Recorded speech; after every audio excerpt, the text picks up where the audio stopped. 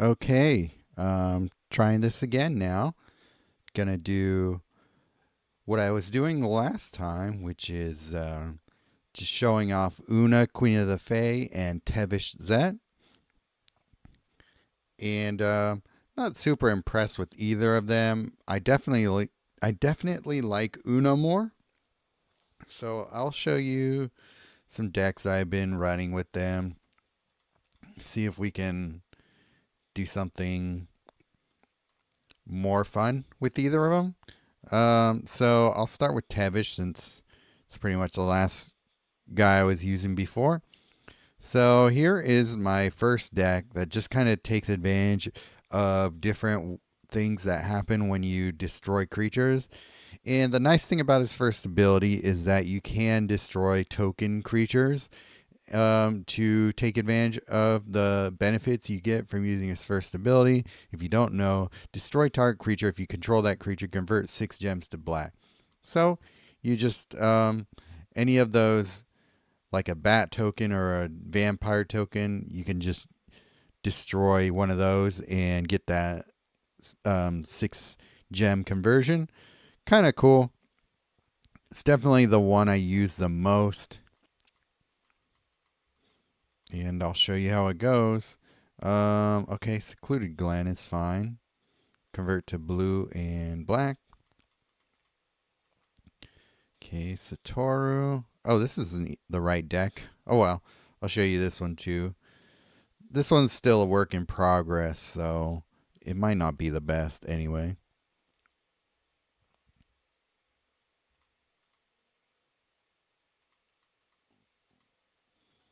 I haven't quite figured this one out yet.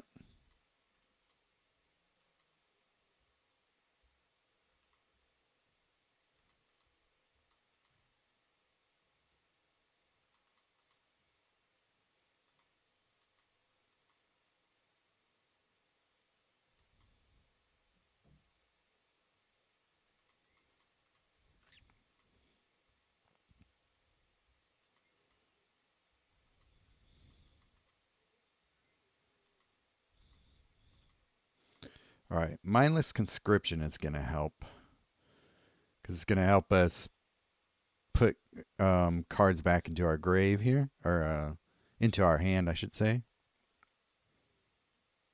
Got Undercity Plague doing its thing.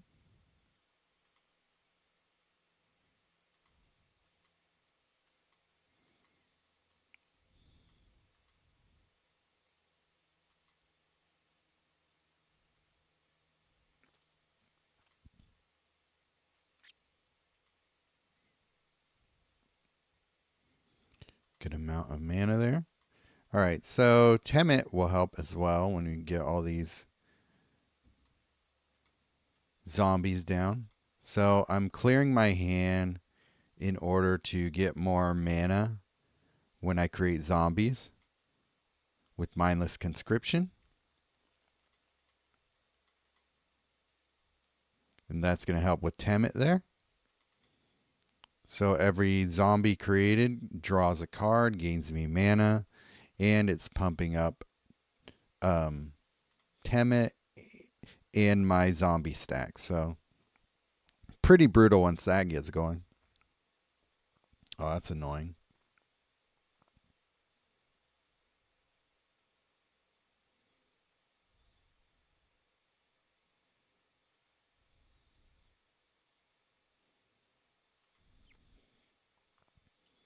Good amount of zombies, though.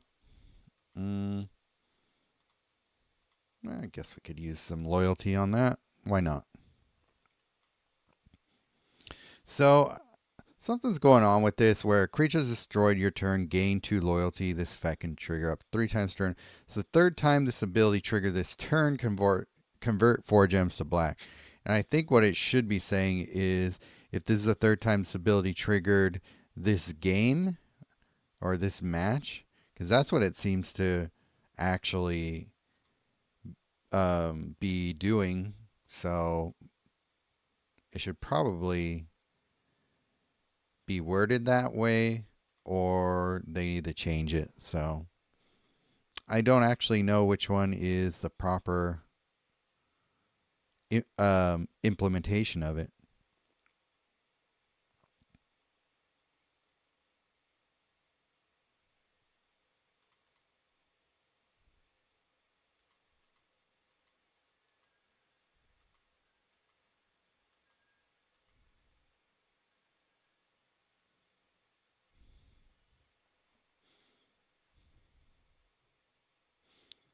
That's pretty good.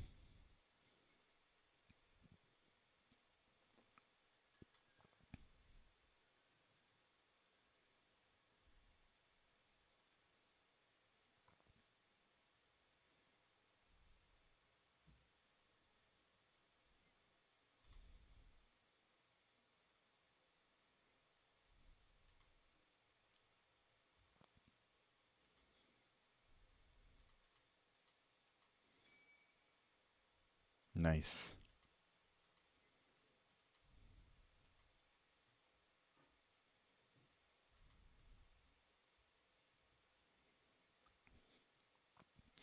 So Satora with Mindless Conscription is a pretty good combo.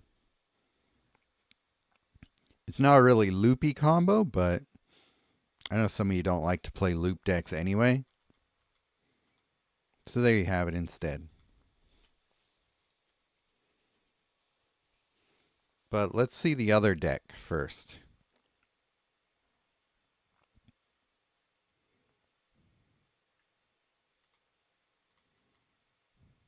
And then we'll take a look at that one a little bit closer.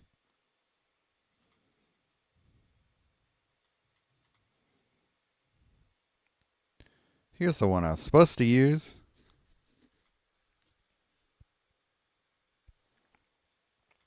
This one's pretty fun. It plays a lot different than the other.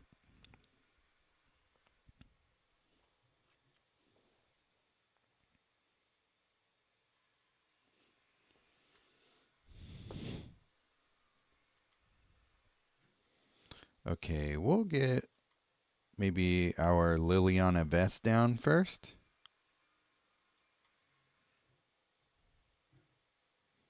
That's a nice little cascade. That's usually something that Greg gets first before me.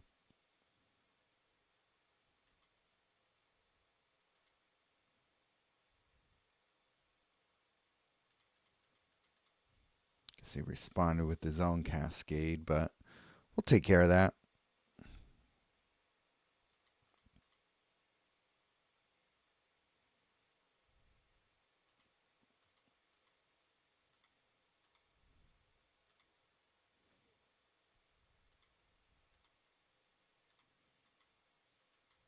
Okay, let's get Aklazot's down. If we can, would be great.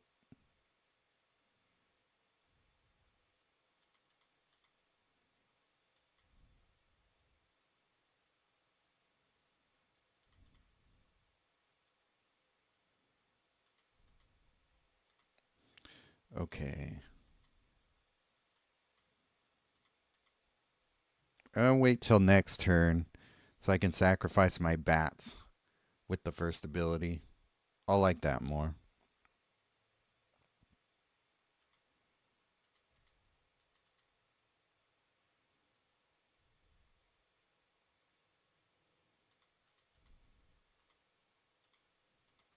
So we do this.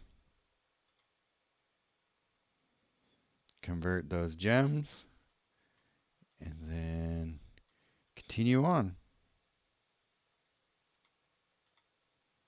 Keep forgetting to hit that. I forget that's even there.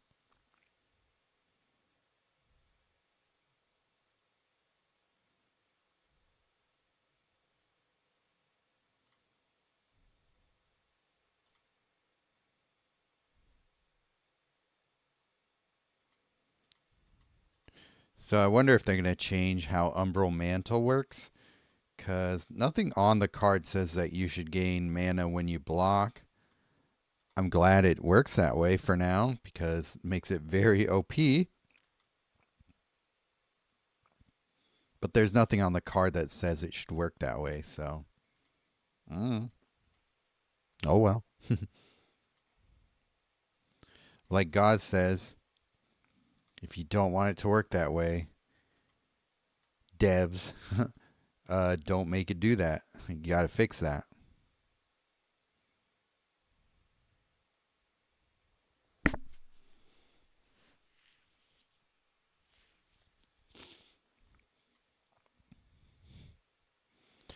That was a pretty easy battle, though. That didn't really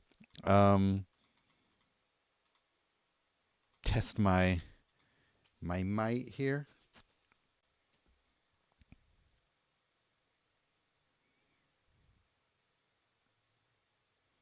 So we'll run a couple more battles with both of these decks here.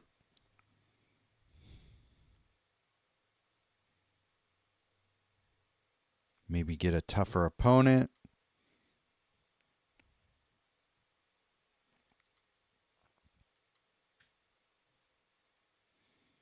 This might be. A Johnny is more annoying, so we'll see how it holds up in longer battles. Okay, Ripples of Undeath will be good to have, as well as Liliana Vess. Get that down too.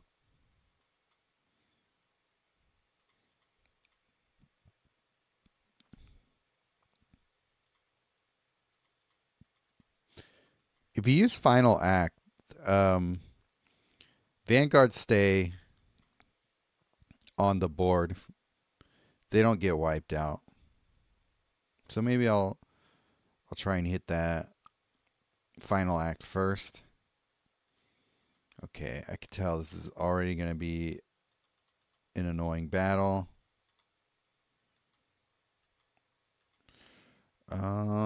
Yeah, I guess Ripples, while we try and get our side of the board going, would be nice.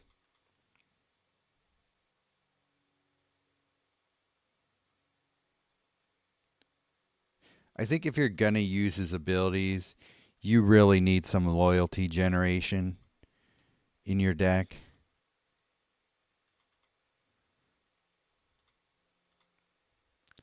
Okay, I could take him out. Why not?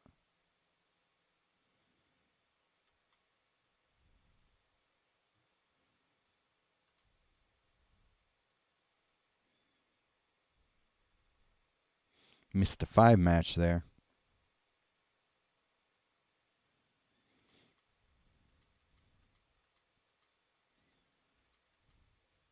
Greg sets up so many 5 matches. It's ridiculous.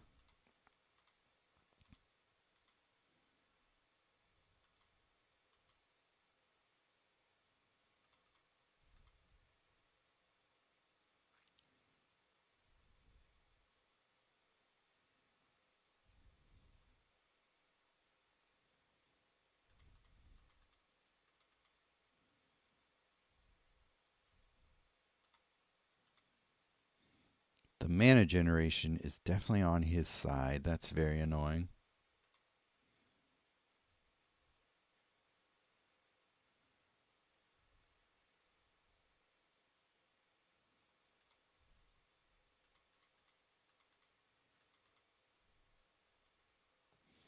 All right, well, I should get rid of him. Well, what happens if I use this? Wow, that's it? That was very useful, wasn't it?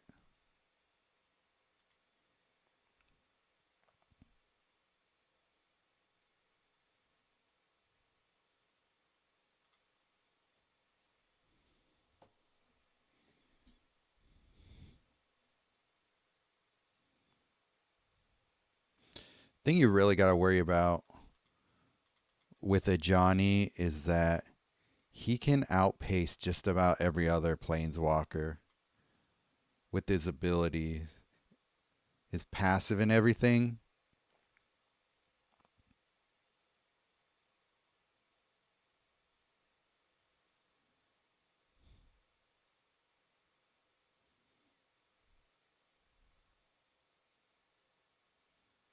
Converting all these gems, but it's not really going to matter that much.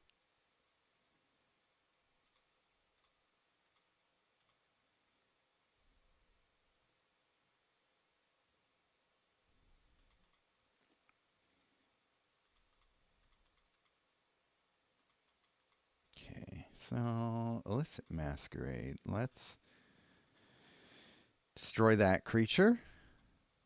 Get it out of the way. Get our side of the board going again.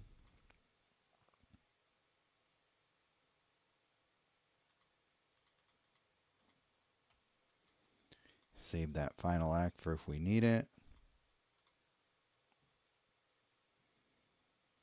Do some gem conversion.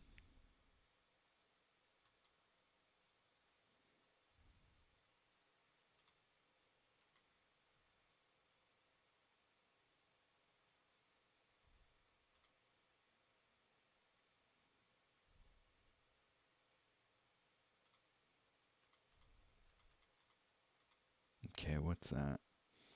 Okay, Mistveil Plains, not too worried about it. Let's destroy that. Converted some gems. That was nice.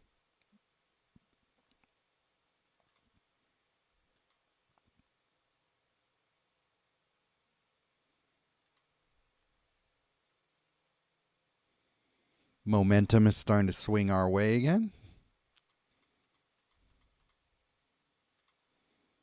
Yeah, cool. Okay, so this is why Worm Coil Larva is in my deck. So now they got Death Touch and Vigilance.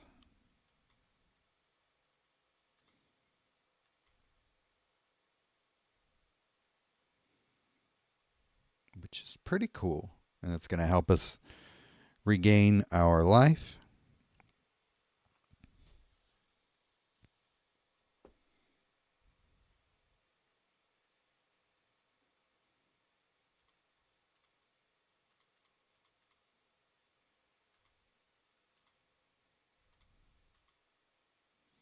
Let's put Aclazots down. And might as well do this.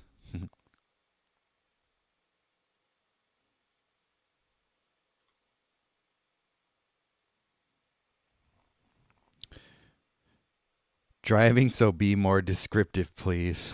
I'm just kidding. Should I do play-by-play like a sports announcer? We are at turn... What are we at? Turn 27.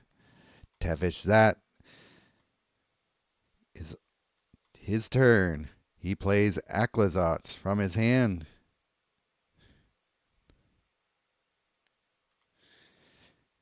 Veto and his vampire demon attacks. Leaves Johnny at 64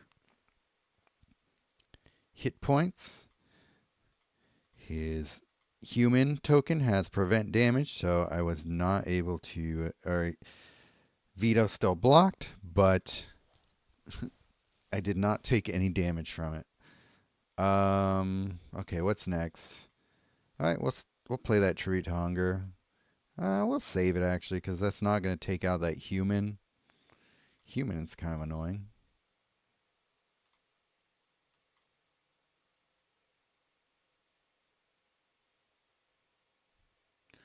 Okay, barring anything crazy, we should win our next turn. I don't know if some of these other supports in here are doing much for me. Maybe I should take out, instead of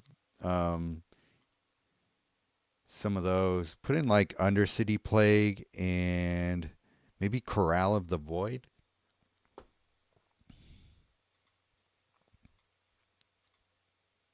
Even an extra token generator wouldn't be the worst thing ever.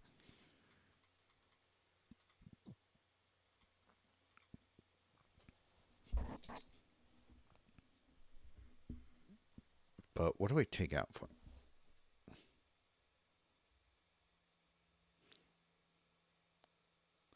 Speaking of sports announcing, how is the game going? Okay, next one hasn't started yet. So that's probably why not a lot of people are watching this right now. Everyone's watching the playoffs. I just watched the other game, the Broncos versus Patriots.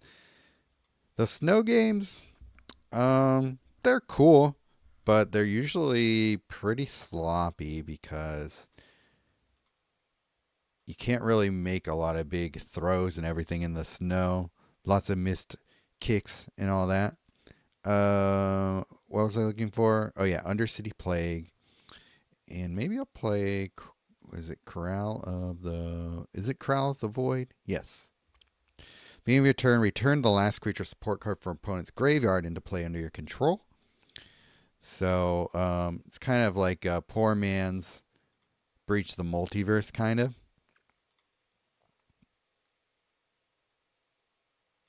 This might work better for his first ability.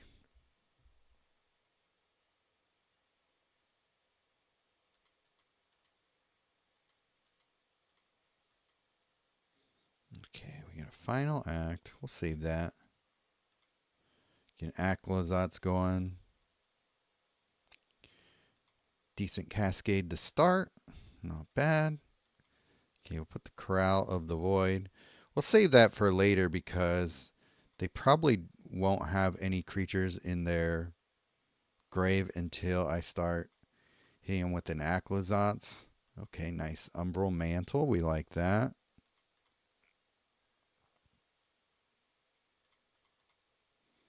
And the Ripples of Undeath will also be nice to get down. So let's see. Okay, yes, we contribute to hunger. Gain a little bit of mana. Converted a few gems actually as well. Not sure why that happened, but I'll take it. Can sack our bat. Convert some extra black gems there. Nice. We got a Cascade. And then we got an Umbral Mantle. We're in good shape here. Be gaining mana. Umbrella Mantle is the last MP you need, so so I understand you're driving, so you can't fix your autocorrect, but that is kind of funny. Umbrella Mantle. Okay. So we're gonna play a Corral of the Void here. Maybe we'll grab a creature from their grave.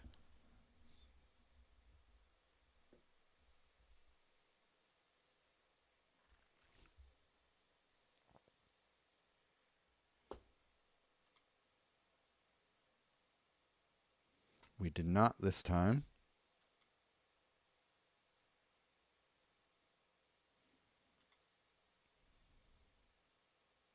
So we can destroy the worm coil larva though.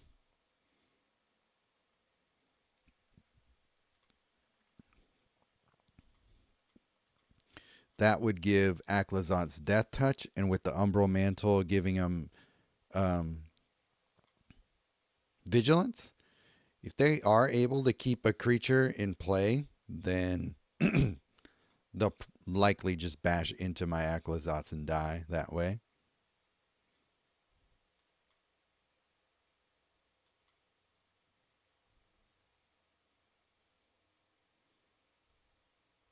So that's pretty cool. I mean, this isn't the fastest deck, really, but it has some fun things going for it. Okay, so I almost stole a Grappling Kraken, but I had no room for it. You'll get it Saturday unless ECL drops this Tuesday. Well, by all accounts,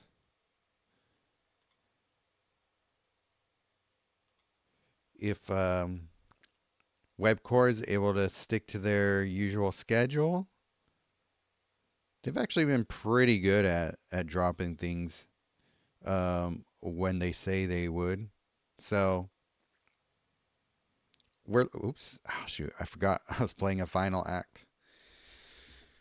That is the crappy part about having final act in your deck. If you're not paying enough attention and you mute it, you will accidentally wipe your entire side of the board. I was pretty close to winning there, so that sucks.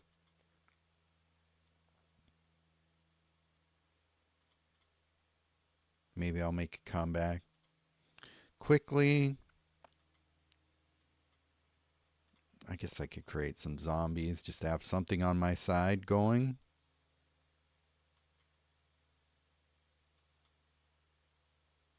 But yeah, it's really annoying that Final Act does not have a not now prompt. Hey, I wanted that zombie.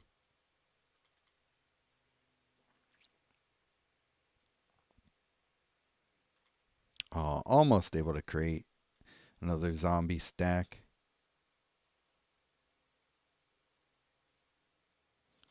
Yeah, we get Aclazot's back. That's nice.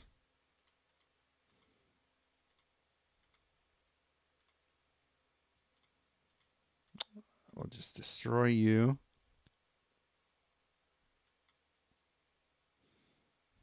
Other than it being expensive, it's a pretty good ability, that first one.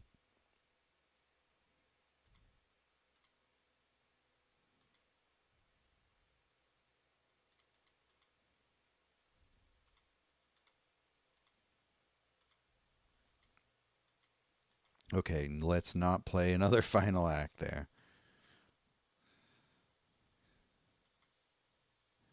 Just went on that diatribe and almost repeated it. Nice. I think we win right here.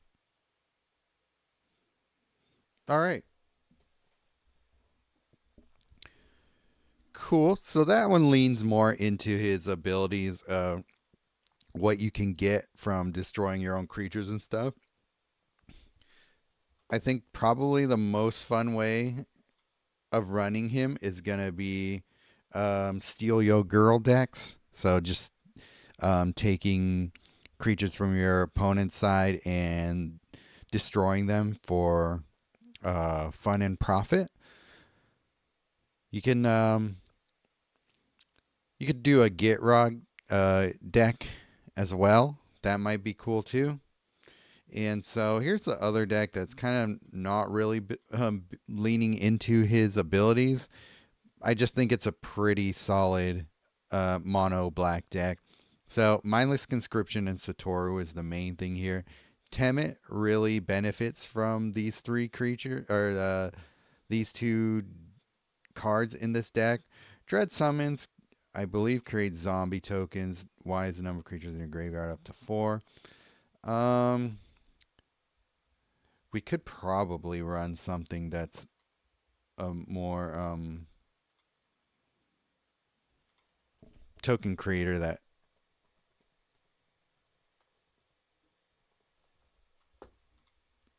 we can just keep making tokens with it. Let's see. Rolling Ham Sphere would actually not be the worst card to play in this.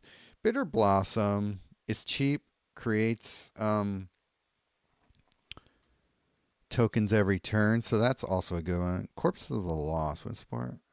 Non-creature you control dies or loses a reinforcement. Okay, but it has to be a non-token creature. I don't necessarily want to sack any of those. Rolling Ham Sphere creates... Oh, but that's on combat. Maybe a Vanguard. Is there a Vanguard that I have that creates tokens? I mean, there's Daretti creating a construct token. It is a decent Vanguard, though, so I might just end up going with that one anyway.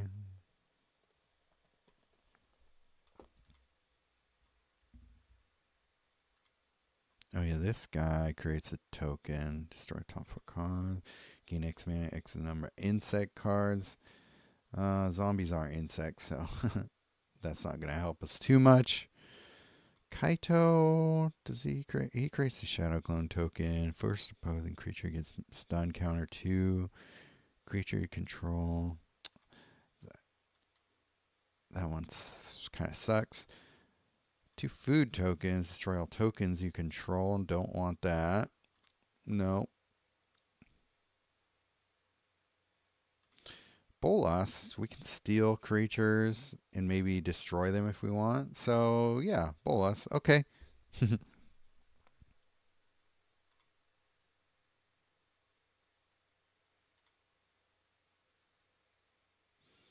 Or we could do,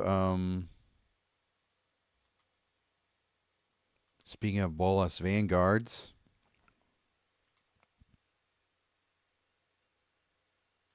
this is a fun one.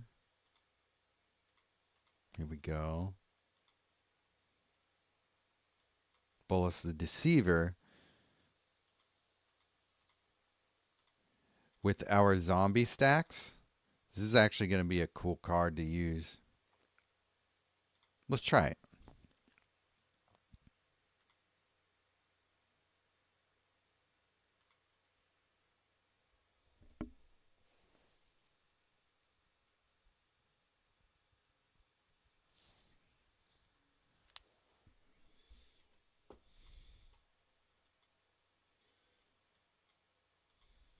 Okay. Get a land down. Wow, that was nice. Can I still +2 it with no creatures? All right, I'll take it.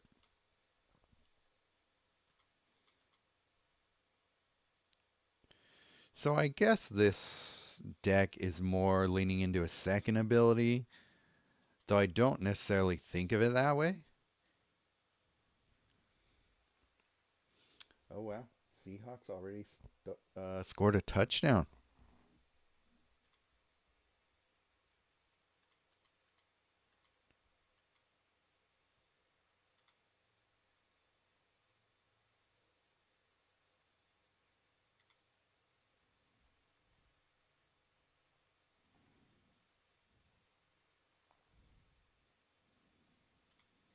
Okay, where are we at here? All right.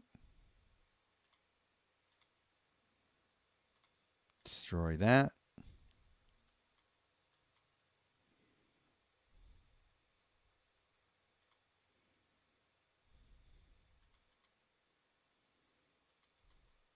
All right. Awesome. Want that mindless conscription down, but I also want some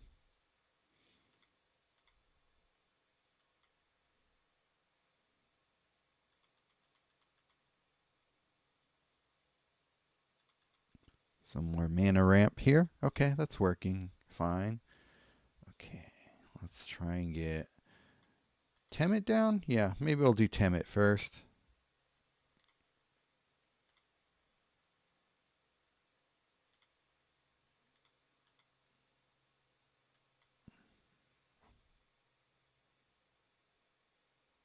All right, cool. Oh, I got rid of the mind's conscription with the discard. Oh man, and he got my Temet too. That sucks. We shall continue. Destroy target creature. You can go. All right. Get another mindless conscription. See if we can get it out. We might be able to. Awesome. All right. We're in business.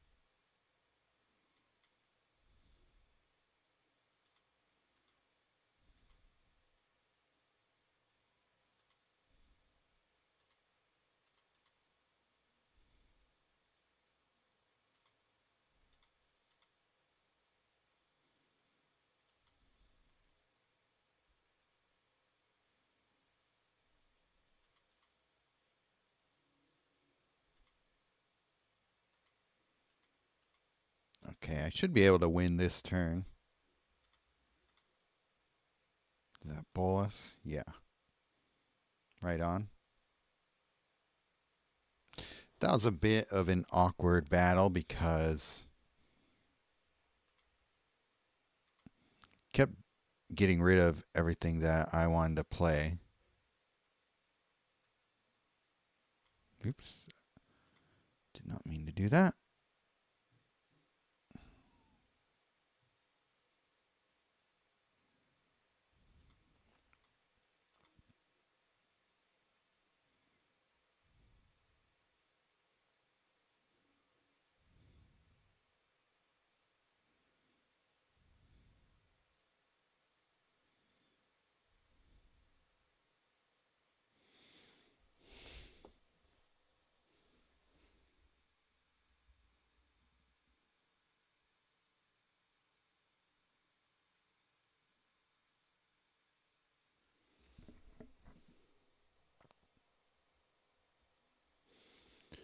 Play one more of that one just because I don't feel like it's really shown its potential quite yet.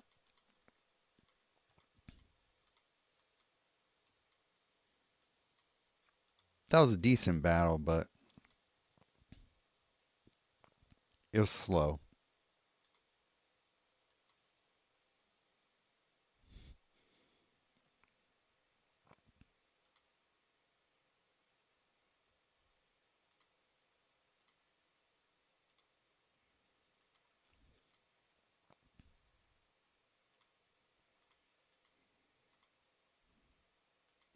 Okay.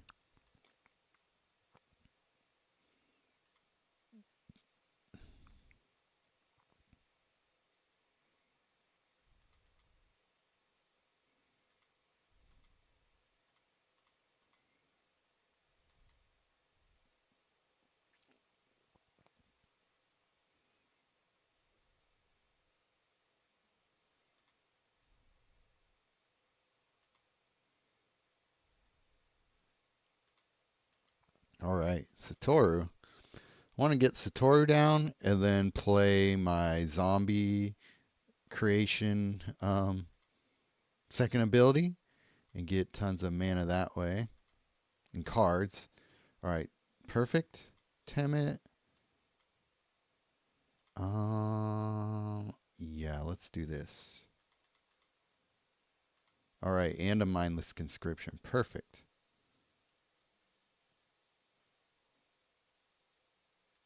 Let's try and get the Temet down first and then play Tribute to Hunger and see if we can maybe get mindless conscription down here. I don't think it will be quite enough mana to play the mindless conscription, but it might. Oh, yeah, we did it. All right. Awesome.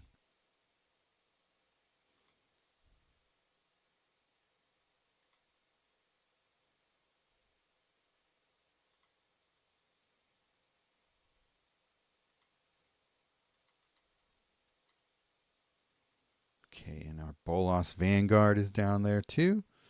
So if we can get that down and still keep our zombie stacks going, then we're going to be in great shape. Don't need any of that. Might as well play that second mindless conscription.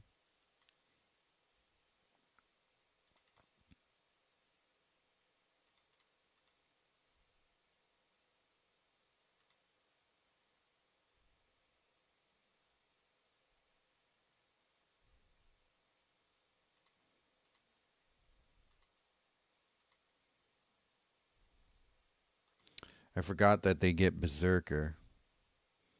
Too bad they don't have Trample.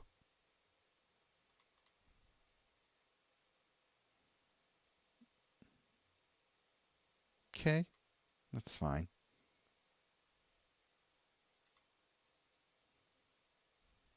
My other creatures have Menace, so I don't have to worry about losing Satoru.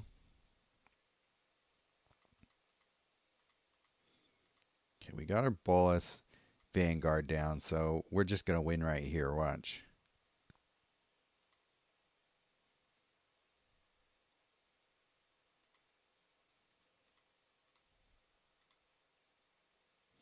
Boom. All right. How much life did they end up losing?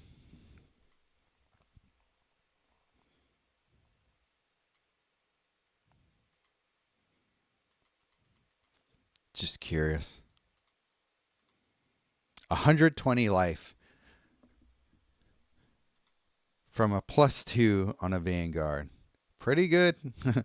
Loses 2 life for each creature card you control, including their reinforcements. Nice. Okay, so there's probably better cards to throw in that slot, but that's just fun. Hey, what's up, Killroy? Oh, looks like the Rams scored a field goal.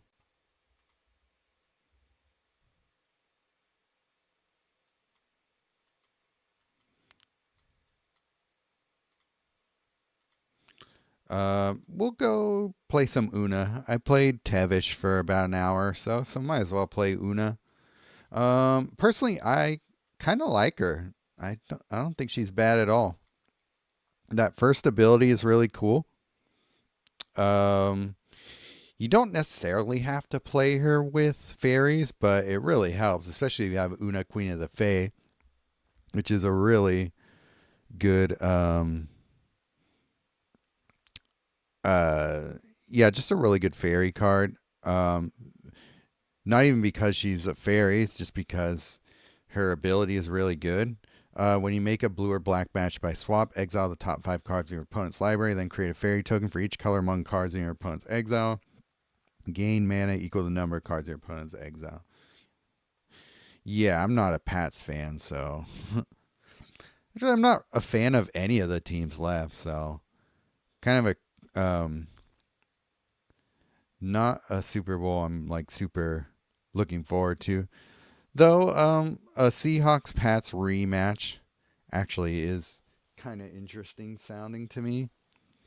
Um that Pats Rams Super Bowl was terribly boring, so hopefully if they make it that way, they put a better product for the viewers on screen. I root for well, my team growing up is the Raiders, and yeah, so that means I really got to find other teams to root for.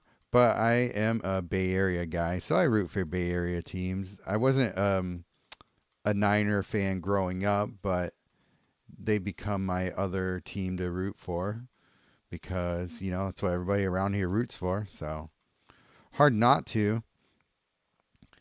But, I like rooting for teams that don't win very often either, or teams that have been historically bad that are uh, that turn around.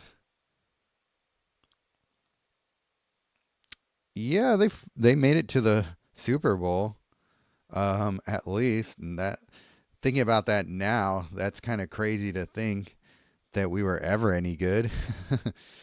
But yeah, um, yeah, I like watching it when the Bills are good. Lions being good was pretty fun to watch. Um, I was rooting for the Bears to keep going. I really like Caleb Williams and Ben Johnson, and they haven't been a good team for a while either. So I was hoping they would be able to make it longer in the playoffs.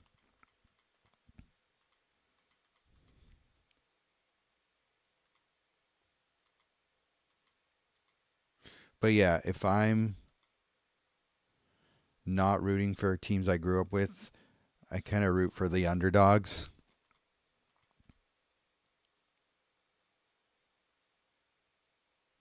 It's going to be a solid team for a bit. I think so.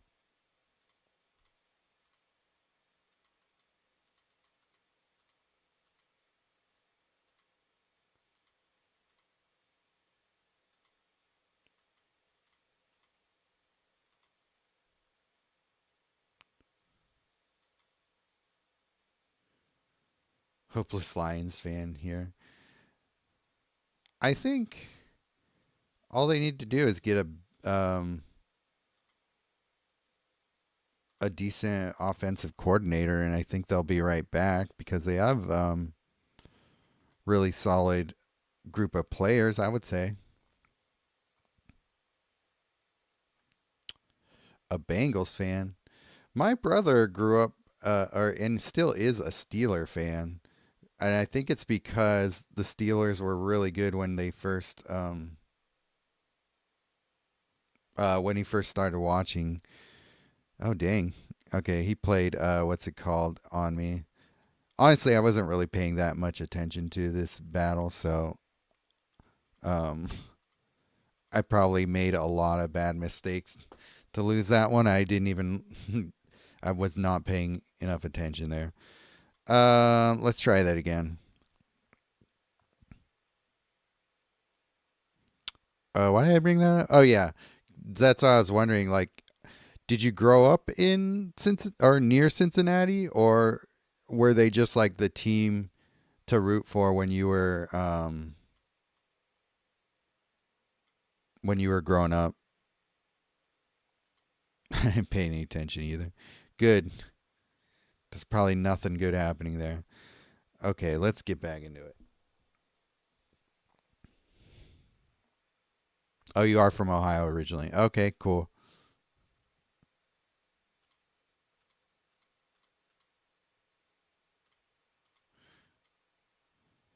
My girlfriend's dad is from Ohio, so he roots for Ohio teams. But I think he cares more about Ohio State than the NFL teams.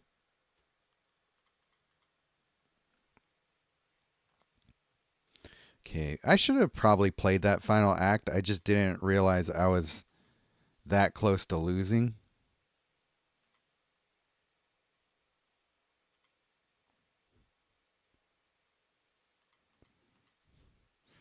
Okay. Yeah, their family is a lot more into baseball, or her mom at least. So they pay more attention to what's going on in baseball. But I pretty much only pay attention because of them. Otherwise, I probably wouldn't care about baseball anymore. I did growing up, but that was like, Jose Canseco and the A's and stuff. So that was a fun era of baseball to root for. I liked basketball a lot as a kid as well.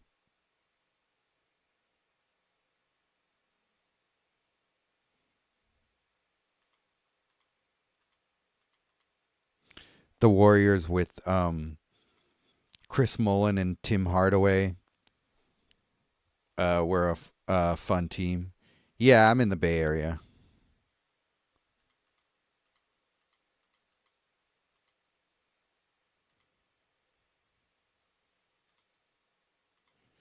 See, I don't even know who that is.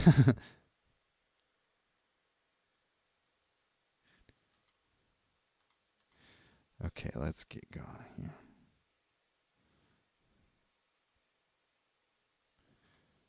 Um,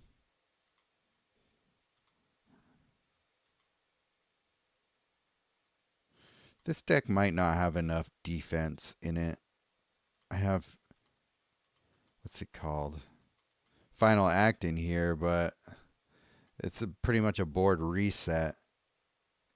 in hand reset. So, gosh, just to play Mistbind Click to have it be lost to a Vraska kind of sucks. So, I guess I'll play. Oh, you're in Tampa? Okay, that makes sense. That's why you were talking about the Bucks and stuff the other day. Baker's fun to watch.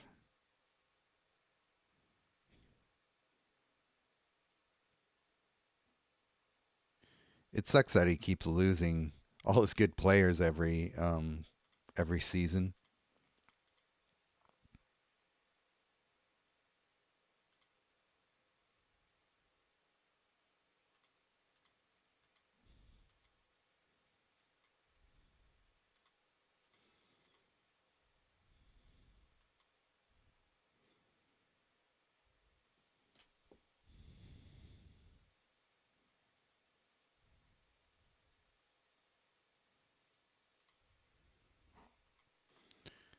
Looks like it's still 3-7. So hopefully you guys aren't missing too much by watching me, or you're doing the same thing as I am, as just having it muted in the background.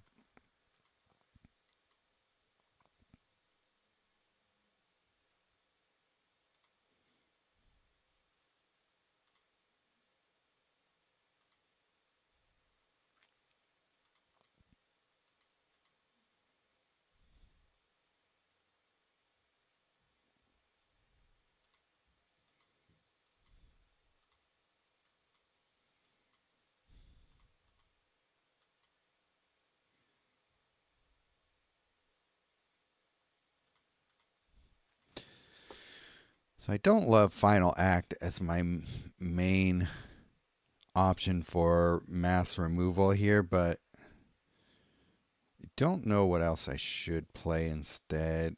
I don't think there's anything that's that reliable. Maybe Deem Inferior? I guess I can go that, but I found myself dealing with supports more than I wanted to. So that was also a reason that I was playing Final Act. Because it's one of the few cards that will actually like really get rid of everything and put everything kind of reset.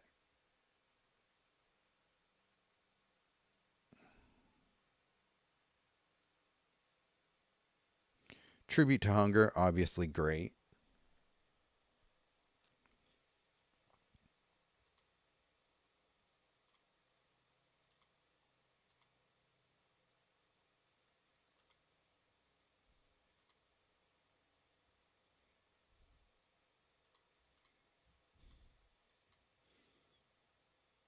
Oh, I hope that wasn't a Final Act. That's another reason.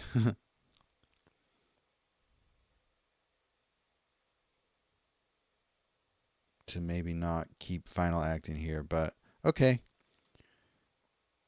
So as soon as I started paying attention, it did a lot better.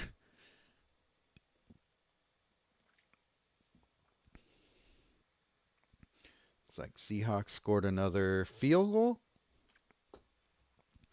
3-10. I have a feeling the Seahawks are going to win this one, but pretty evenly matched teams.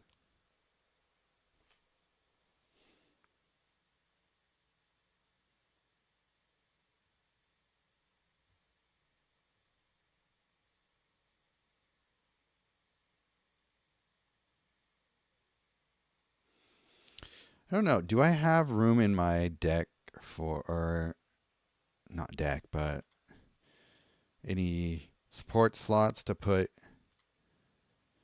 Undercity Plague in here? Maybe I'll do that instead. Because it's continuous removal. Yeah, I think I feel a little bit more confident in going this route.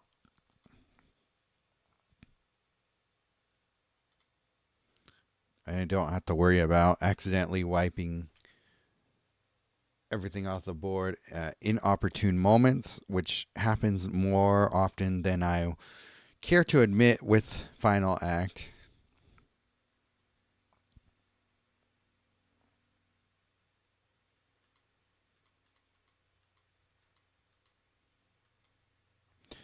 By the way, if you guys are interested in anything in particular that you want me to test with these Planeswalkers, let me know, because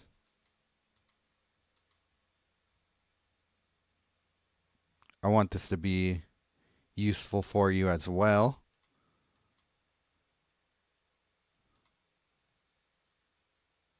So if there's anything that you guys are curious about, I can try it for you.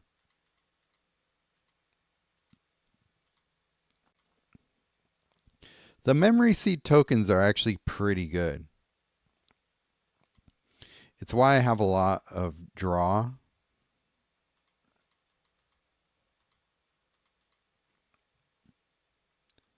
Because if you have a handful of cards, then these memory seed tokens can get you a lot of mana. Okay, Undercity Sewers. Don't know if I like any of those matches. I guess I could go there.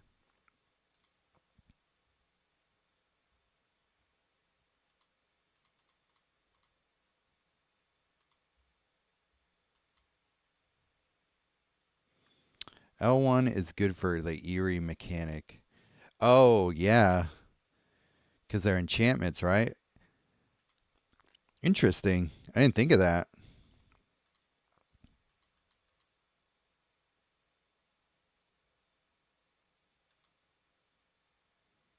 Could try an Eerie deck.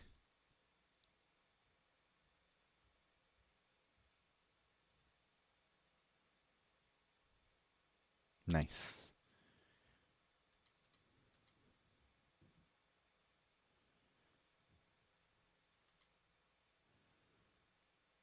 Have I done anything, Una, with the one black rare woe card, Lich's Conquest, I think, got here? Kind of like you've showed before. Nope. I've not thought about that card in probably over a year. We can take a look at it and see if there's anything fun we can do with it. So we get Eerie, World Purge. No, I don't know why I would want to play that card.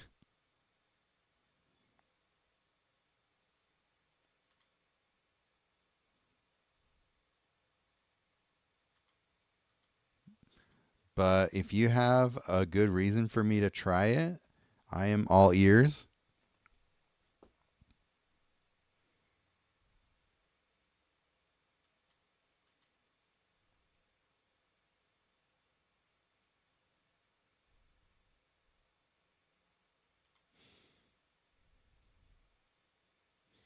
This would actually be a good deck for the Bolas. Is it Deceiver Vanguard?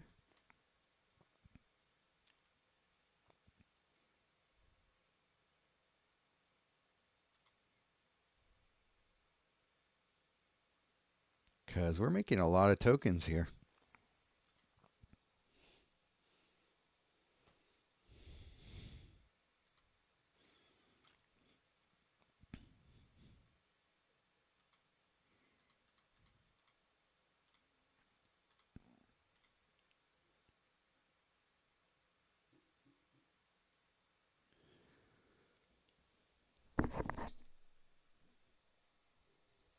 Tried it yesterday in one match, and that was enough. Okay, so you're not a fan either, then.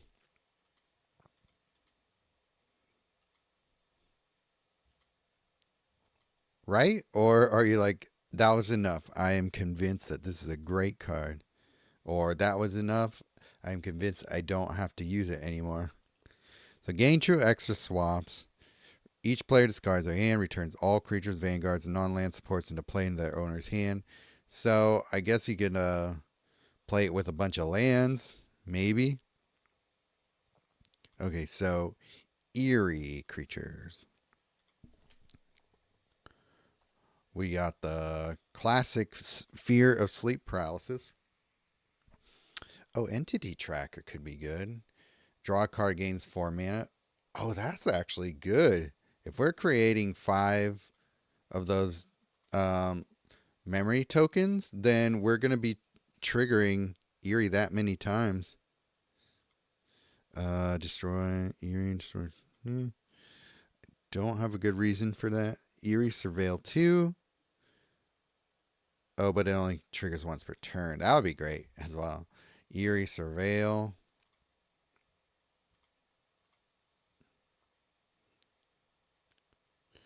Eerie opponent loses 2 life.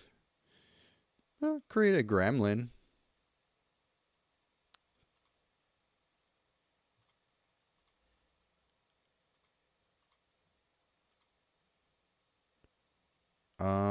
But we won't have room. So I still want to keep Oona in here because, oops, because she's just a good fairy.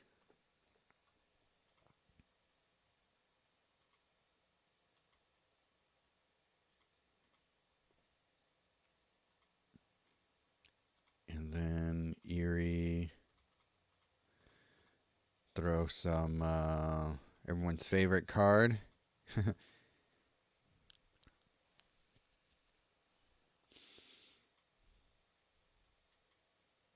What else creates enchantments? Oh yeah. What's his face? Nico.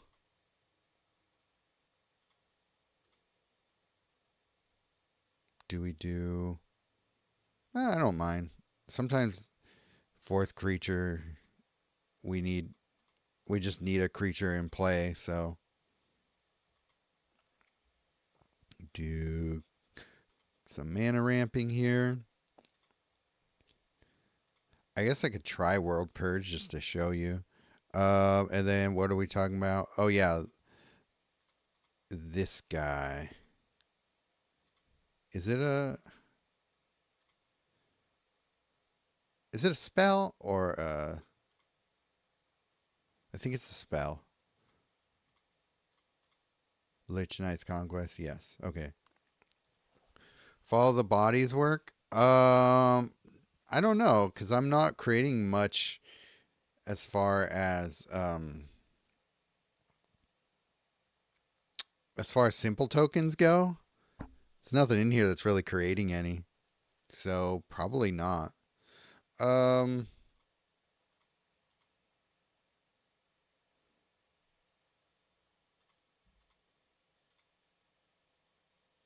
Turn the first creature. Value 14 graveyard. Yeah. Then destroy all support and token cards you control.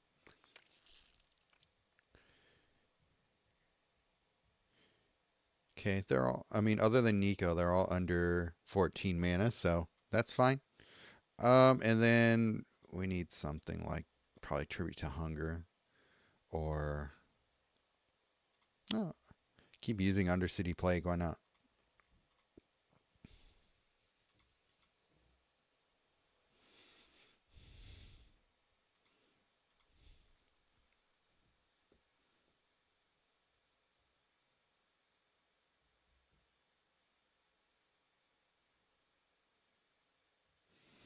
Rams scored a field goal. Okay, Entity Tracker. Yeah, okay.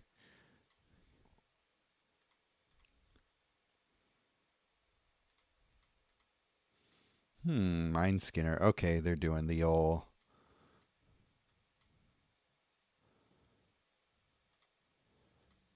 first ability / Mind Skinner thing.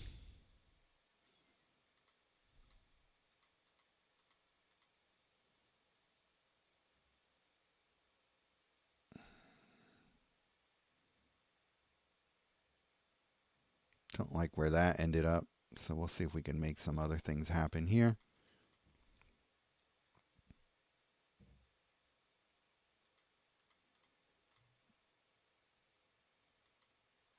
I think we can hit that time bubble. Sweet.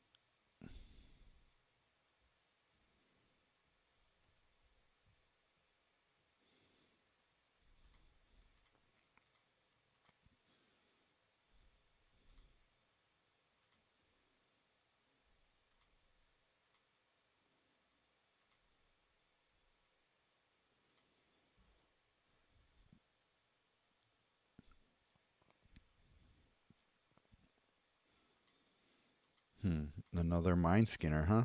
All right, well, gonna wait to play that. Save for later. Create some Memory Seed tokens. We trigger Eerie, but we don't have room in our hand for it, so. But that's nice. Get that Undercity Plague going. Play Oona.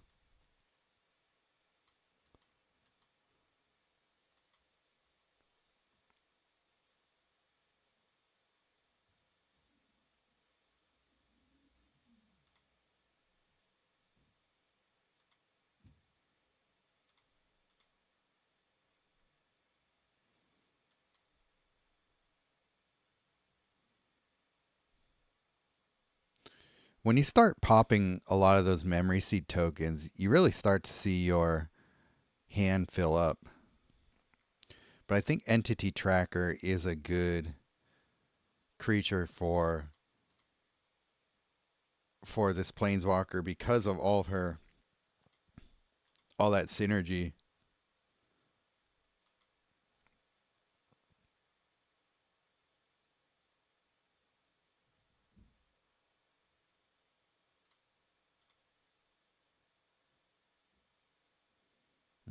That's not nearly the buff I want it to be. That's okay.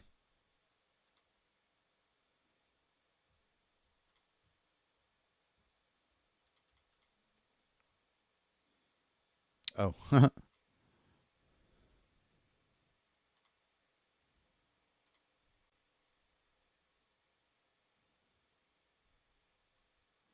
Oh. Fear sleep paralysis. We'll put him in instead of Nico. I actually don't know if Nico is that amazing of a creature to put in here. That is beefy.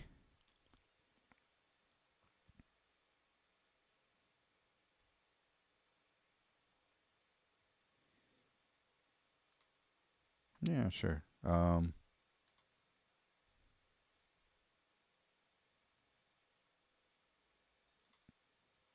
need.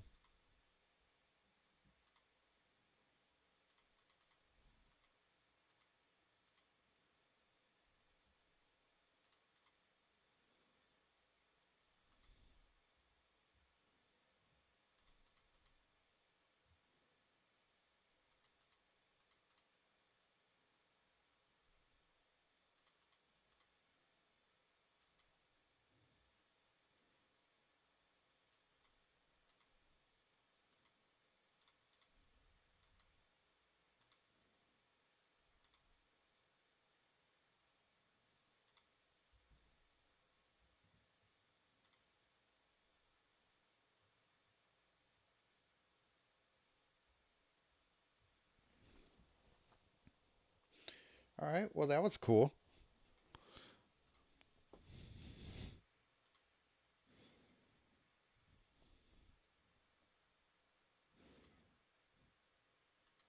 I don't want World Purge. I don't think I need Nico.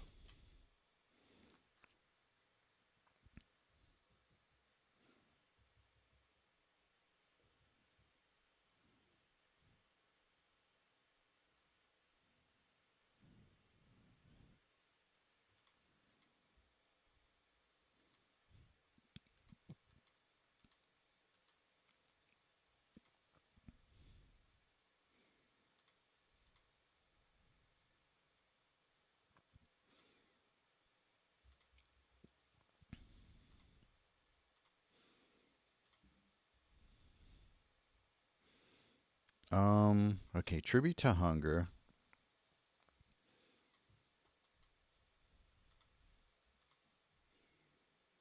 And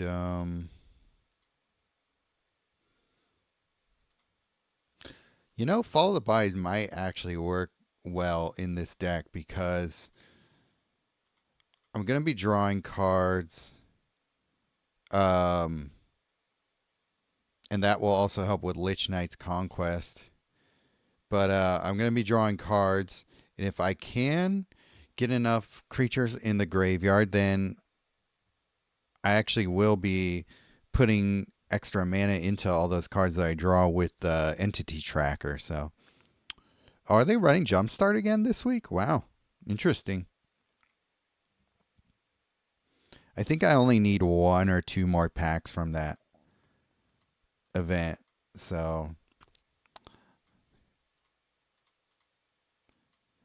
I think what they're trying to do is get people to spend resources before a set drops soon. So they usually schedule a BFTA in those cases and not Jumpstart. But if they're going to start running Jumpstart a little more often, I actually don't have an issue with that.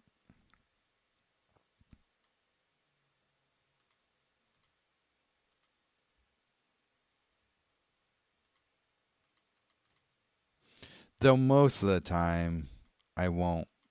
Like, once I get the rest of the cards in it, I'm probably not going to play it anymore. So it's just going to be an event I ignore.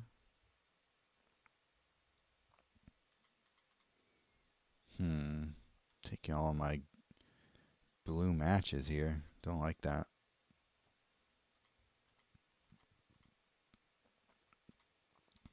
Okay, here we go.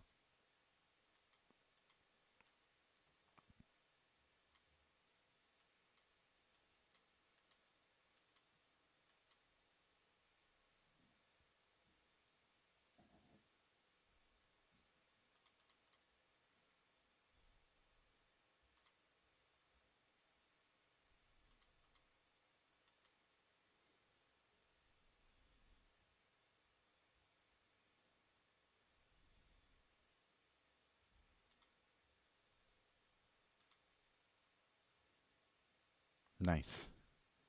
Fear sleep paralysis. Think I'm one of the few who have Jumpstart completed. Probably. I would imagine Zivert probably does too.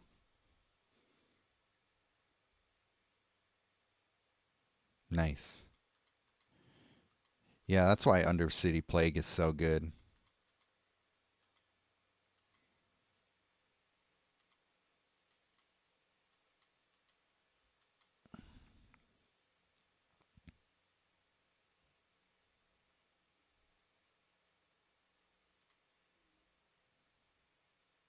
Totally botched it. Oh no, what happened? I don't even play the matches. I just get the cards because the matches suck.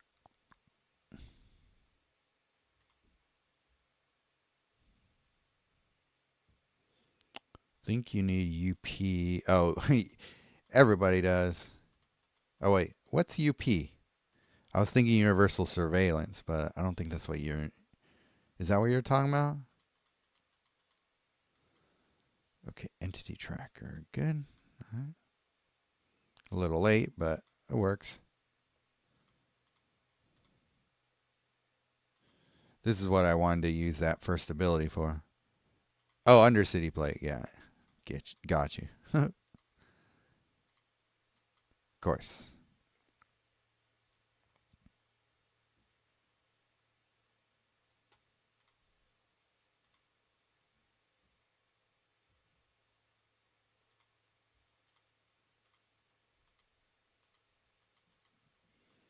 Well, I win here anyway, but there you go.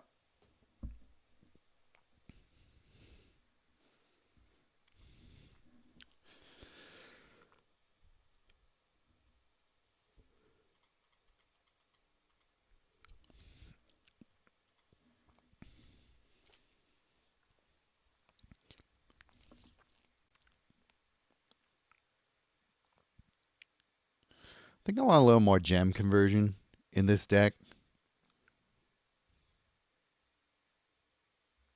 I really like in my other one that that I can get to that first ability more often. So do I do that? Do I do gem conversion or ripples of undeath?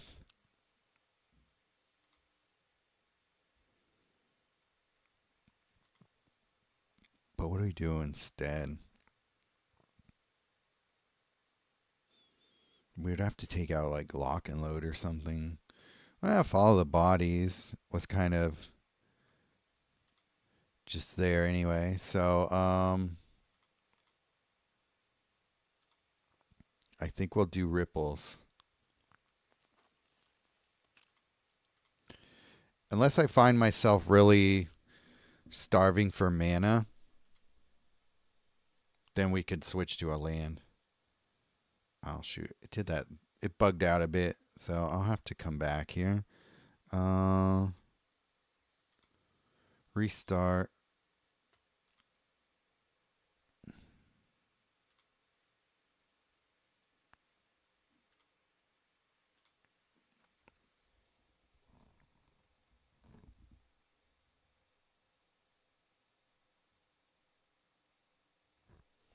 Oh well, Puka with a huge gain.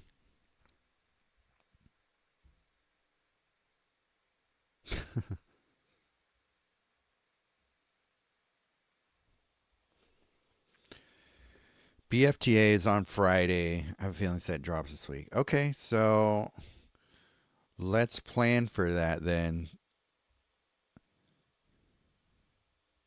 TBA event Wednesday. Yeah, that sounds like they have something up their sleeve, don't they? Doesn't it?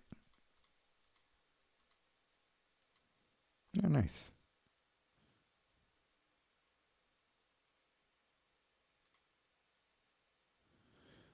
Tend to use Desolate Mire for loyalty, lifelink, and mana gain. That's a good call. Maybe I'll do that instead. I like that. Because it'd be nice to have some lifelink in here as well. Desolate Mire is a really good card.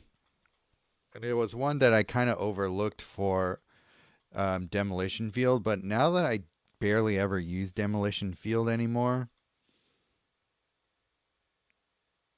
because I find it so much less reliable, Desolate Mire is kind of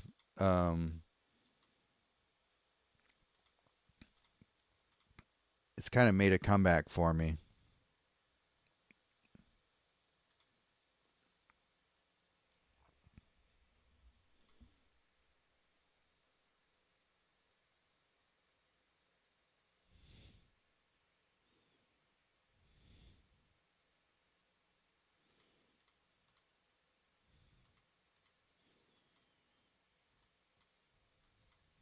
Should we steal a red match from him or try and go for a little bit more loyalty gain? Okay, yeah, that makes a 5 match, so I might as well. And now that lets me... I don't know, he still has a lot of red matches elsewhere, so I guess we don't really need it.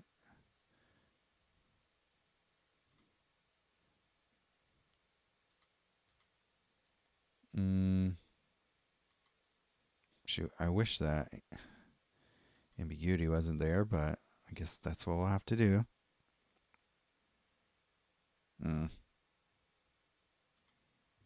Well, that sucks. You got like all the benefit that I wanted. But okay. We go this route. Get her out of there. Good.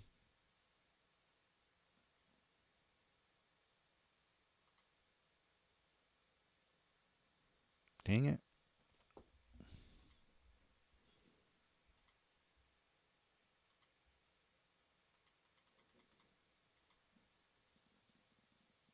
Let's see. We'll have to play this stuff instead.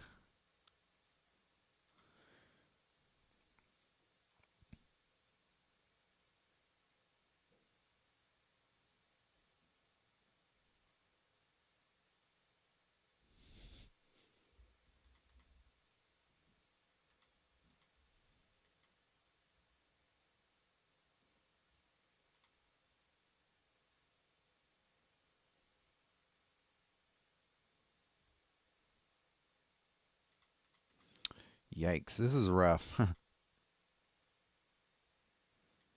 Okay, well, at least they give us that. Is this enough to get Undercity Plague down? Maybe. Dang, I wish I took out Aurelia there, but that's the way it goes.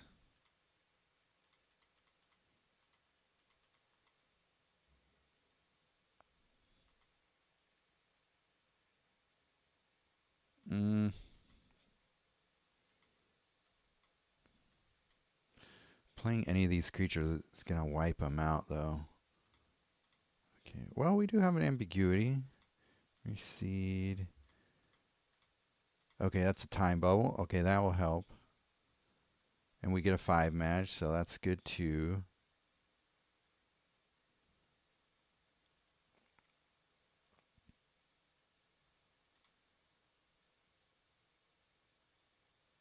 Okay, that will keep our Aurelia around for longer. Create some memory seeds. Draw some cards. Okay, good, good. Get some life back here. Okay, this is exactly what we needed.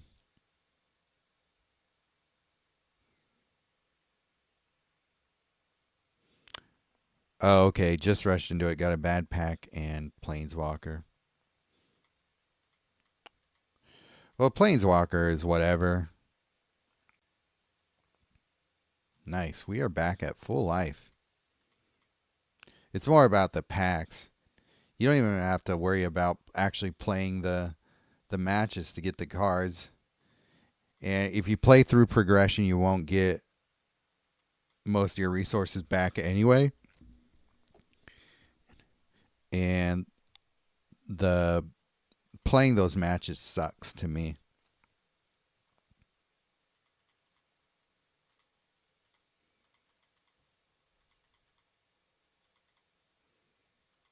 Sweet. Yeah, love that.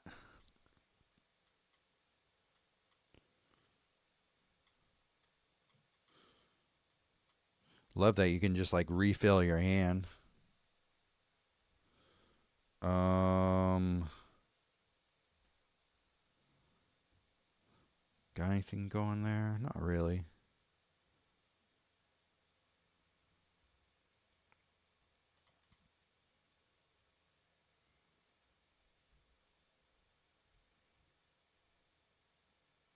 Oh, that's lame.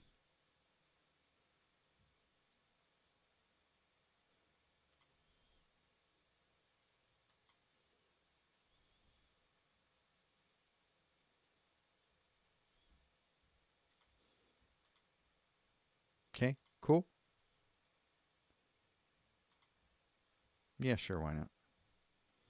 Oh, nice. Get Oona back. Some memory fate tokens. Fill up our hand with some mana. That's nice.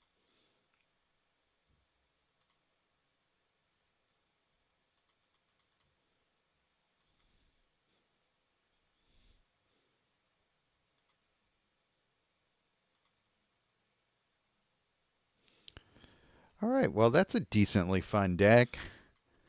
I enjoy it. I'll play it a little more.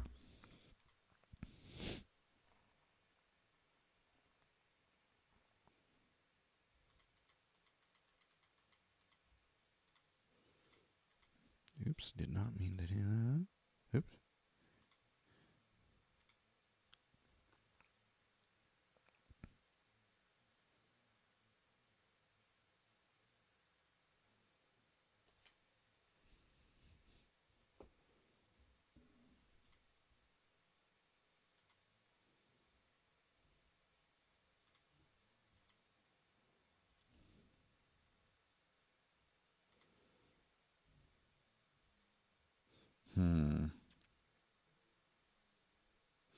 I think I will probably do something a little different here. Maybe stolen goods. No. Um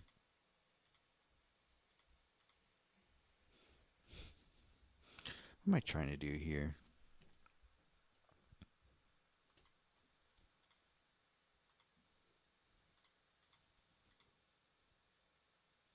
Could go this route. Guff Vanguard.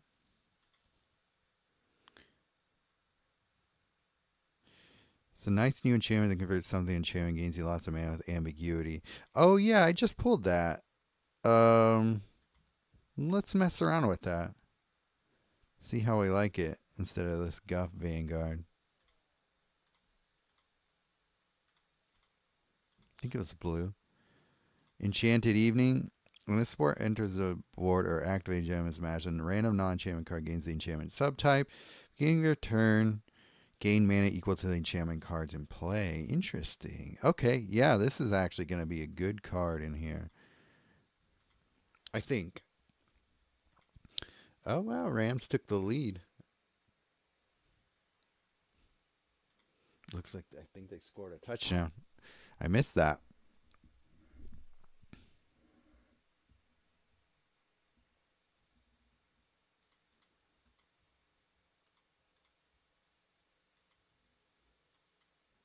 Okay.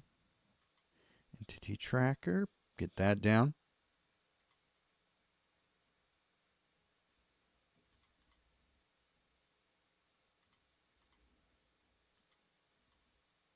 Save that for later.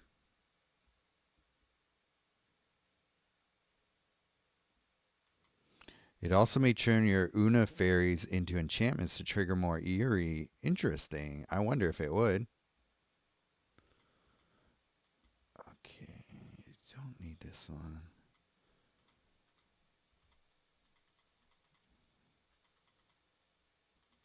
All right, there's Oona. Good. I would like to get all this down.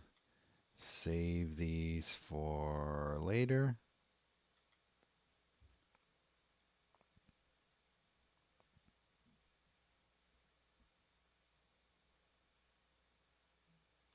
Nice. Okay. Good.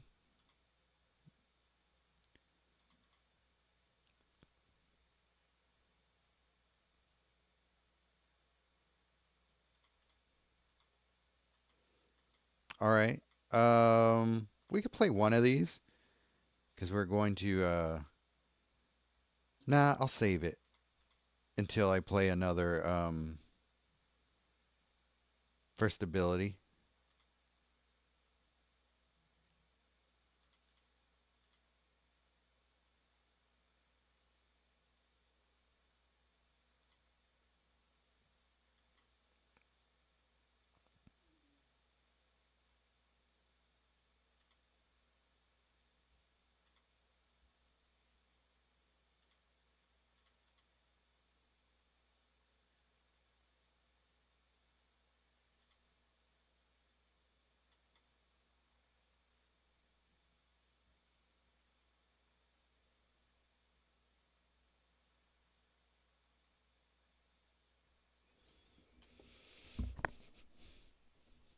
Nice. I'll save it.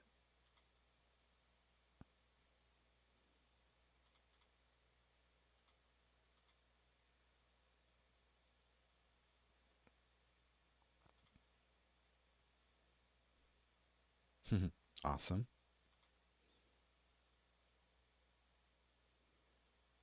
Nice. Ambiguity being OP as usual.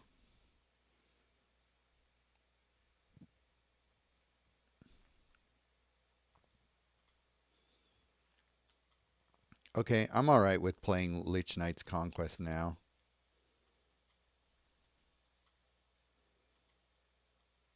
That works for me.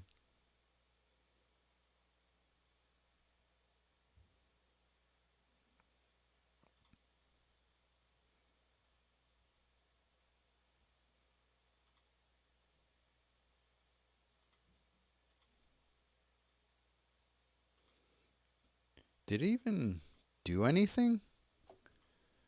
I don't think it did. That's weird. I don't know what happened there. But that first Lich Knight's Conquest didn't really do anything.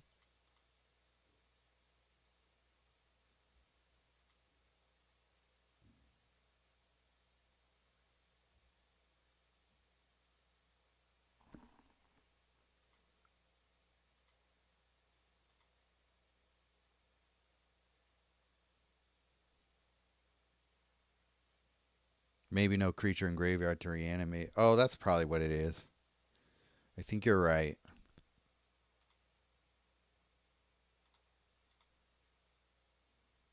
Oh, it's got hexproof. Oh, well. Well, I could keep stunning this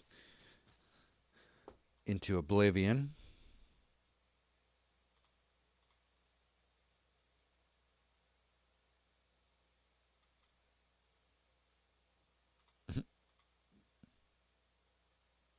Sure. It's the one thing I don't like about playing Fear Sleep Paralysis. Having to click it so often.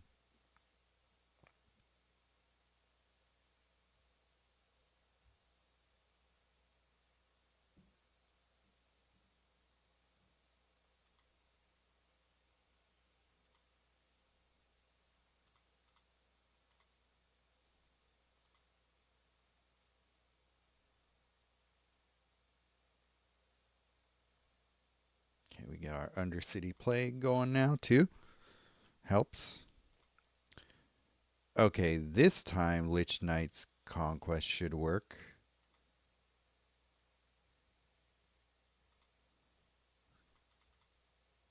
Nice.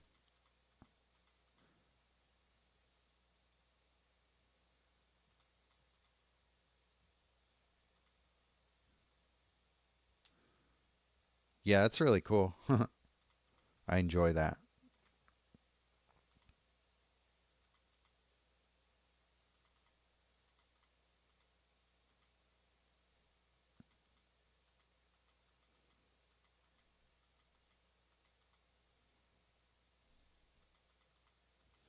The amount of times I lock and load into a lock and load is kind of annoying.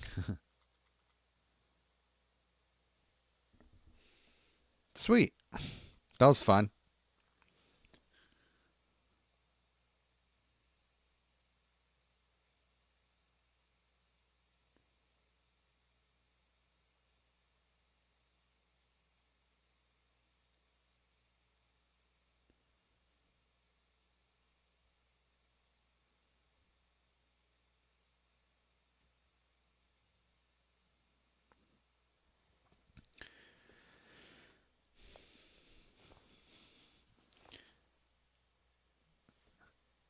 I might as well just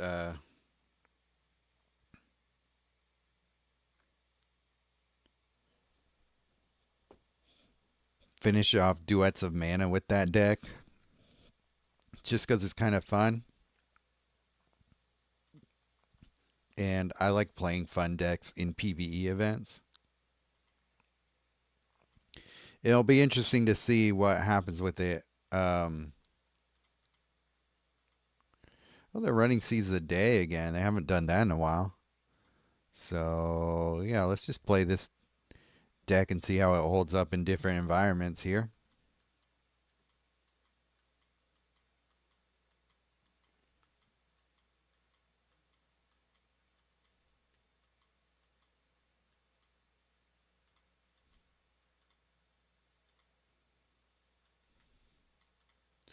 I'll just rebuild it here. Why not?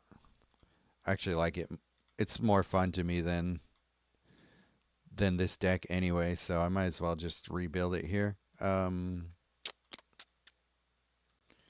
Let's see, where is that one again?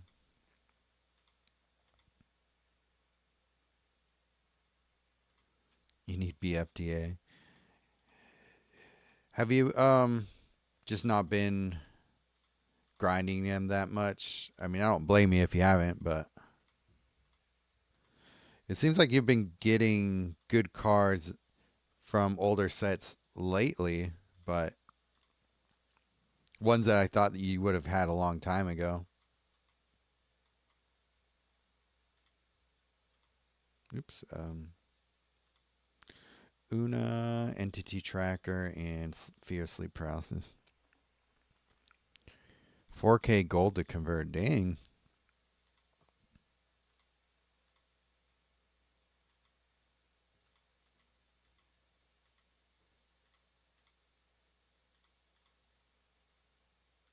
$1,200 gold set aside for BFTA. Nice.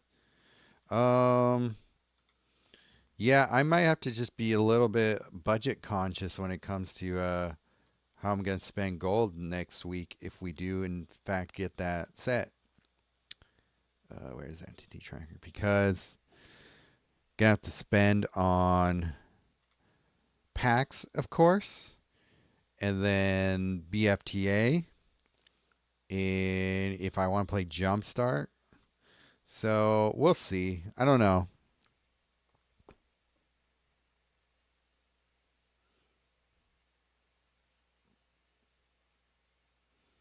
What else was I playing in that deck? I already forgot. Ambiguity, of course. Lich Knight. And Desolate Mire, I think. Yeah, I still had Desolate Mire in there, right?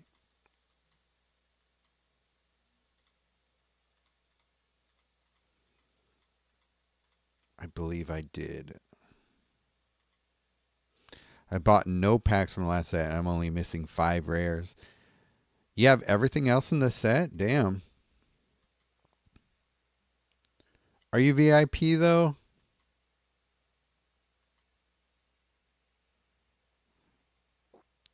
Oh, okay, you're FTP, so a lot of cards fell through the cracks. Got it.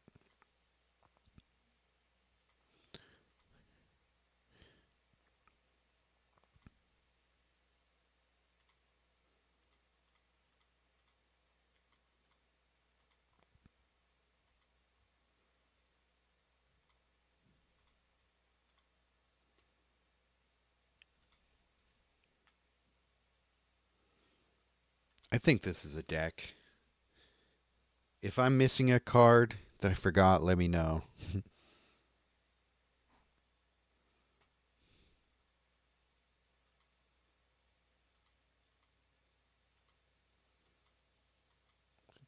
Still no Kip.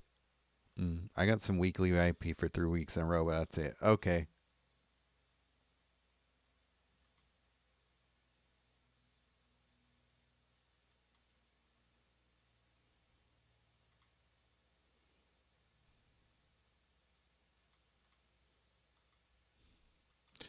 Those are both really good cards. I don't necessarily think they're like must-have cards, but they are nice to have around for sure. Yeah, entity tracker, want that. Down.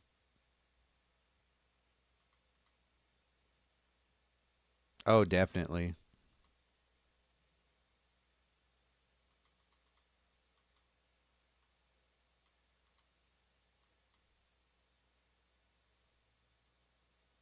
Nice cascade. All right.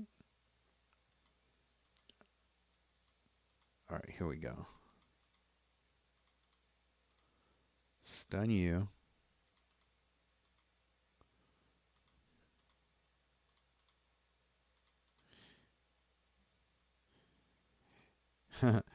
Yeah, you do. I just don't see you on Discord sharing ideas as much as you used to, which I imagine you're probably very busy with real life stuff, as we all are. So I don't blame you, but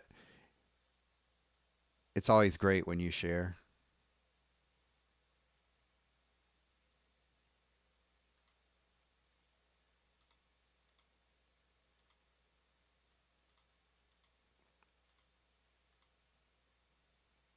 Certain cards optimize those builds. Yeah. Yeah. Well, that is the nice thing about having all the cards is that um, it just gives you all the options.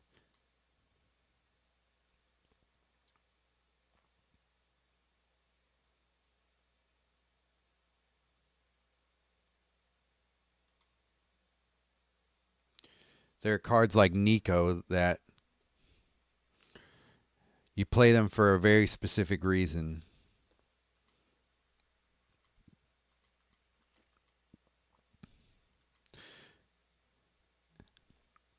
See, that's another reason I don't play stun counters that often. A lot of times I end up destroying the card that I stunned.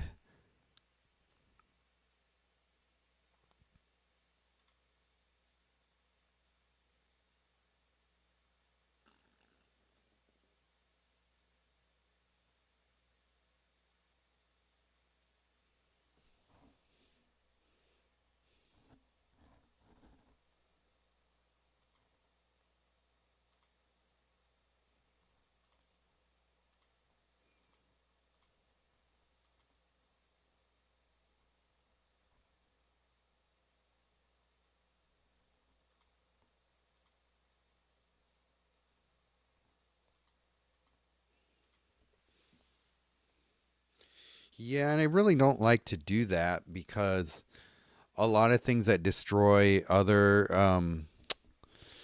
cards destroy creatures too. So like a lot of things in black and blue that would destroy supports, destroy creatures because they're like board wipes or whatever. And so it's very much at odds with stun counters and something like fear sleep paralysis that forces you to choose a target if there is one. You do that a million times just for that stun thing to get destroyed, like on your next play.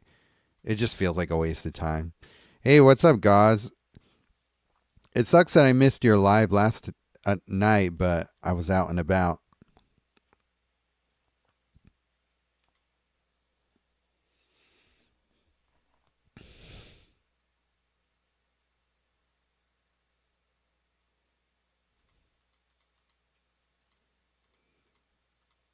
Okay, so entity tracker and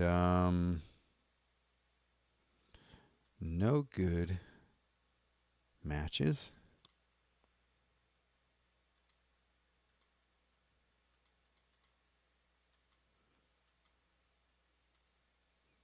Okay, this is good.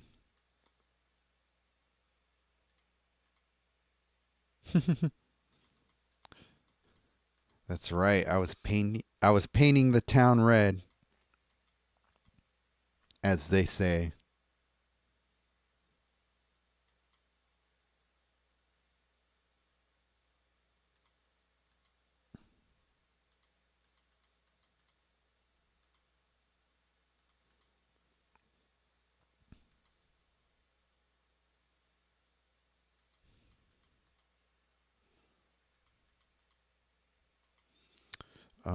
Don't need this yet. I want universal surveillance. Do I need that many entity trackers, though? Probably not. So we'll make room in our hand.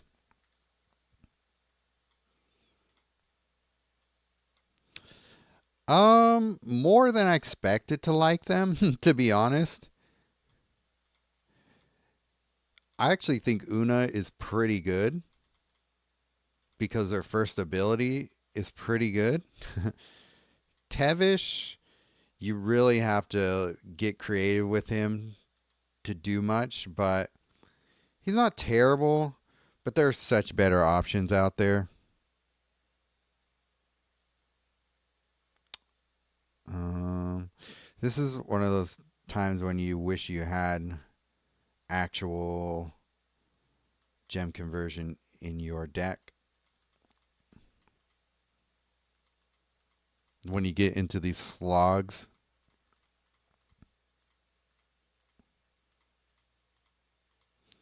Yeah, but it's like you say, we always give planeswalkers a lower rating than we normally would after using them for a while. And I've played with both of these planeswalkers enough to have a pretty good opinion on them at this point. Oona is probably like a B plus walker. Tevesh is like maybe a C plus. Well, they spoiled them in release notes not kind of a while ago, I want to say, but I think they ended up in the shop last week. I think Oona was in the shop a couple weeks ago.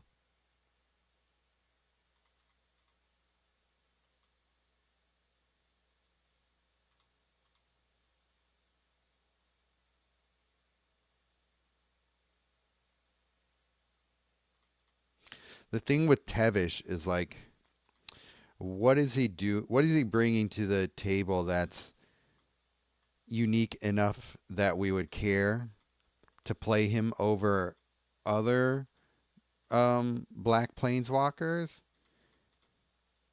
And I can't really come up with a great reason.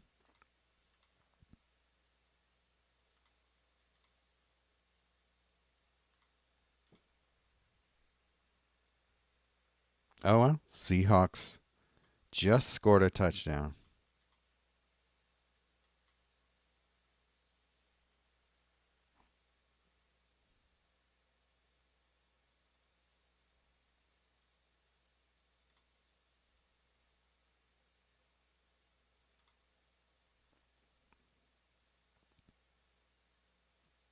Who, Tevesh?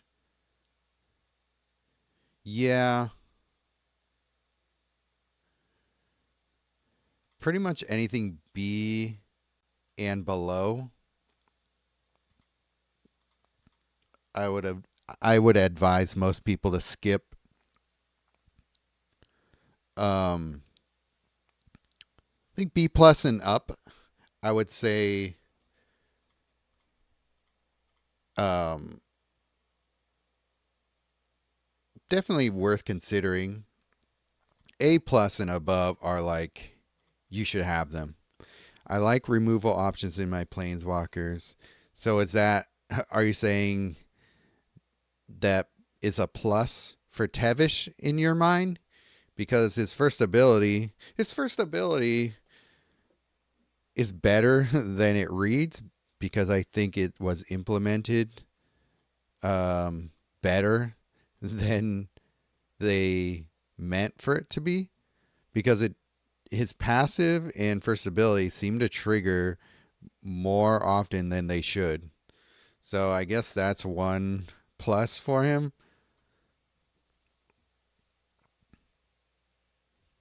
And he needs all the help he can get. So in his case, I'd rather they just change the wording of the ability itself rather than like fix it to match the text. Because right now it's working better than the text.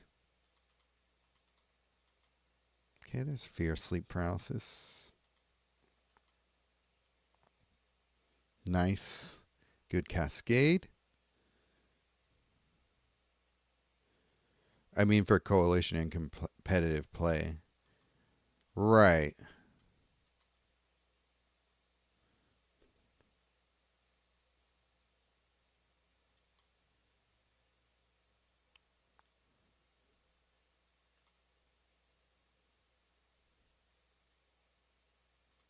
I still find fun in other planeswalkers and builds.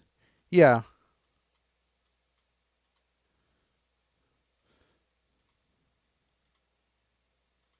These days, I care so little about doing well in coalition events, though, that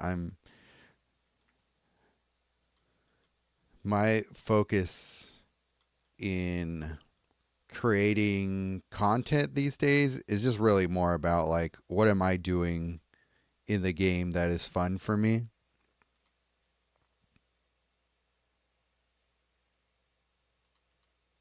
And so, I'll spend some time with planeswalkers that aren't really ones that I would normally use in events. And then I just end up using that that build in events because I'm just having fun with it, and I just end up treating coalition events like another quick battle. Like that's how little I am invested in doing well in coalition events. So that is why I am playing in a coalition that only gets like top 30 or something at this point.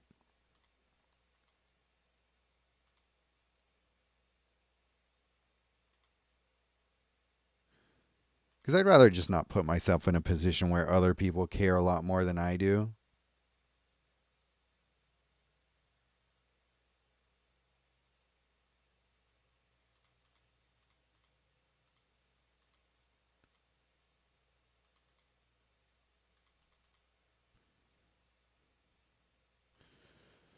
Nalthazar loves mono walkers for coalition events. I know Goz doesn't because it's like we were talking about earlier. The more options tend to be better.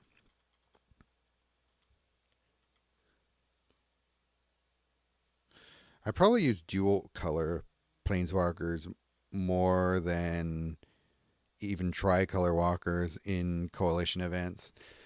But, these days I'll just use whatever.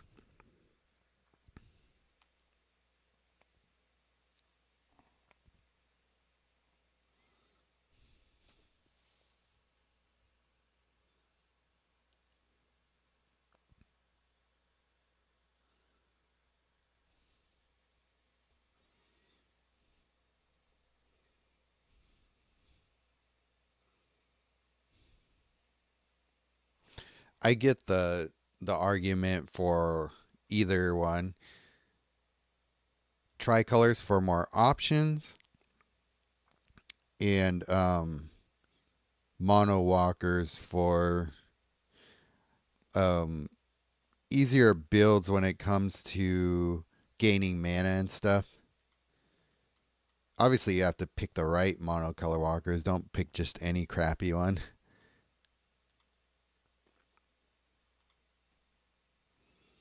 Been enjoying Daretti since I got him from the Hall Anniversary. Okay, nice. What's your Daretti build these days?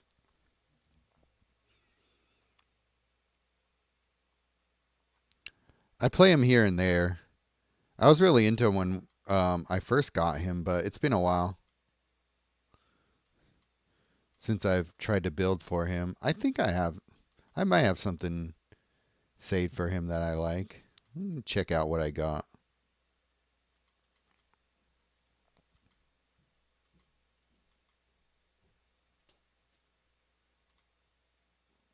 Okay, nice.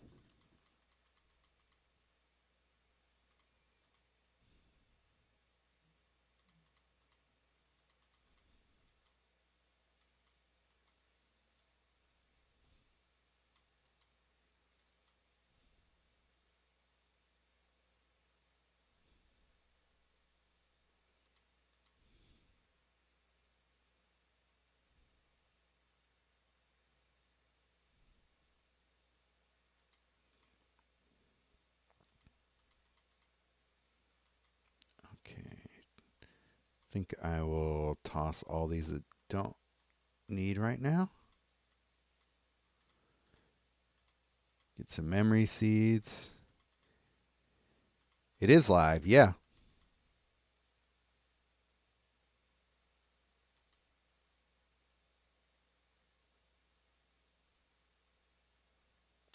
All right, sounds good. I'll take a look at it here in a sec. Maybe I'll give it a try here.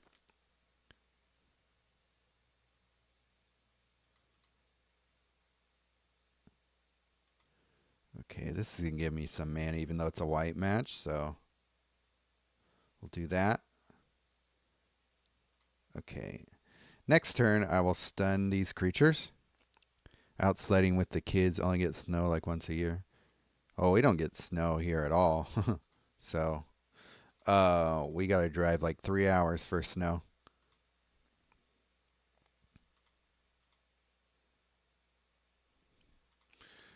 But these games, that Broncos game, it was snowing a lot in Denver.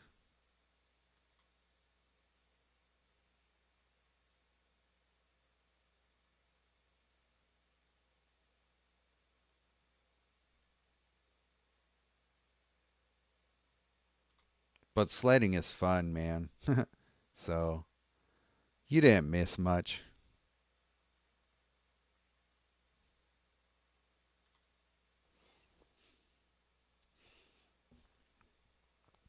You could always catch the replay anyway.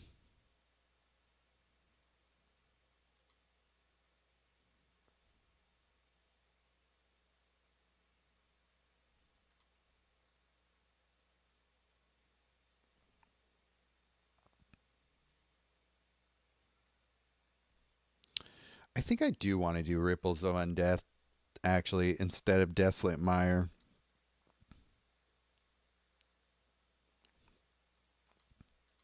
I'd rather start my turn with a bunch of loyalty and then be able to trigger the Eerie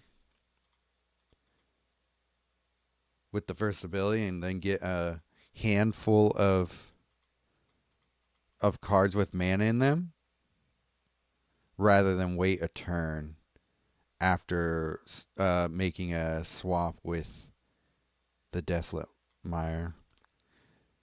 Denver held them pretty close. Yeah, I think the weather was a big factor in that.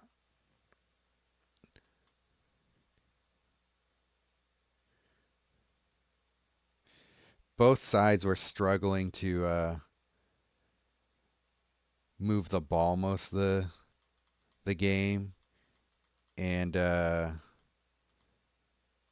backup QB did backup QB things. So it went a little better than expected, but I would say most people were not thinking that Denver would win it, but it did come pretty close, like you said.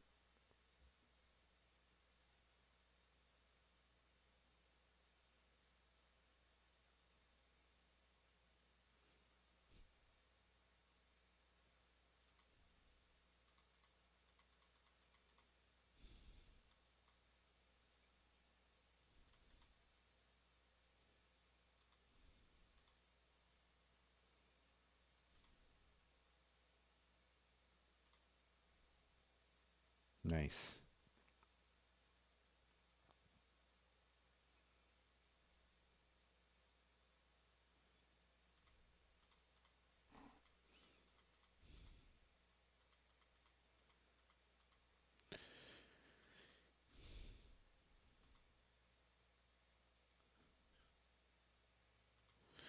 Gosh, I'm just really not that big a fan of fear sleep paralysis. I think I'd rather just put in something like Bloodgast or something for Lich Knight to bring into play because um, that nice haste. It's a um, decent sized power, especially if it comes into play with tons of reinforcements. Yeah, so let's do that instead. Oh yeah, what'd you think of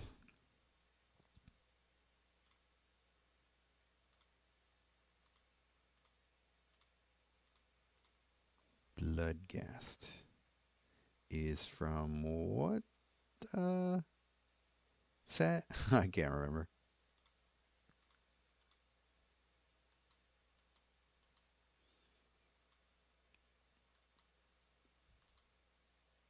Bloodgast. Rat Swarm tokens. Okay. Oh, it's a 15 mana. So like Hellhole Rats? Hellhole Rats could work for.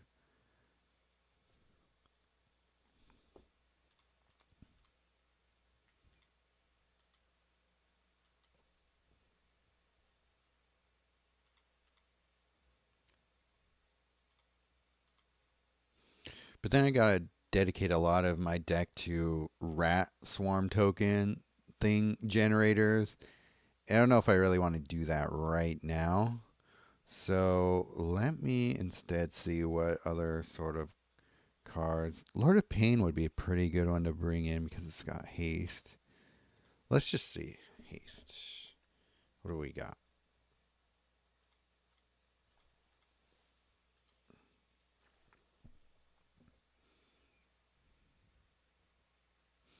Gitrog. Is it 14 or 15? Where is it? Lich Knights. Up to 14. I don't know if Enchanted Evening is doing a lot for us, to be honest. I think I'd rather have a Gem Converter or Ripples. Oh yeah, this card's kind of cool. But it already comes to the battlefield with this reinforcement. So Lich Knights would not be necessary. Um, I think Lord of Pain. I'm gonna go with that. And Ripples.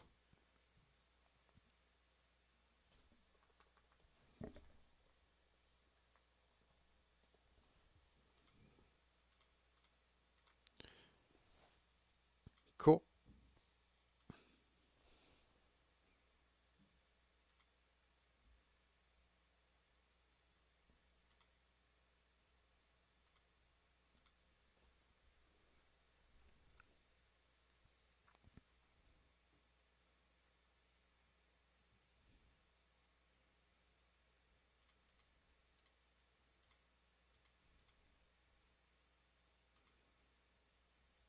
Good for Planeswalker for Satoru having 7 spell slots.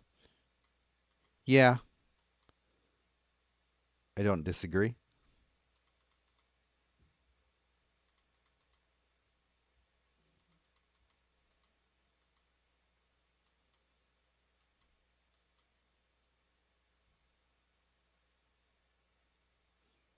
Nice.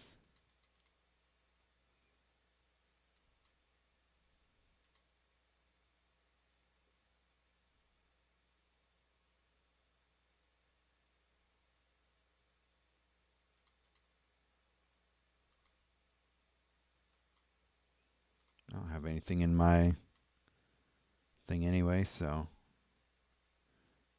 not necessary.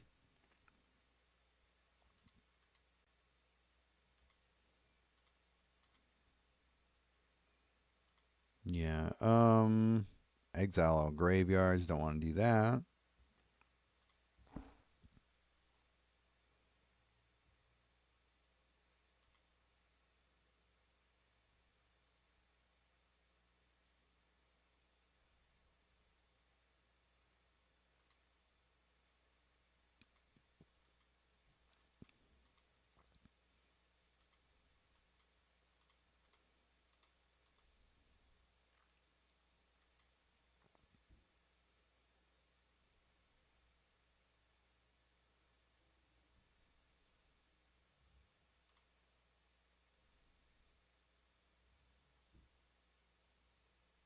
Mm.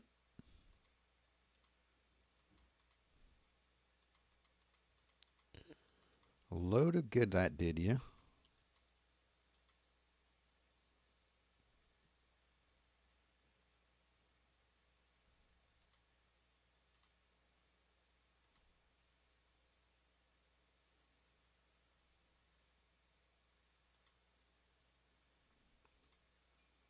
Okay, lock and load. Let's make some fairies.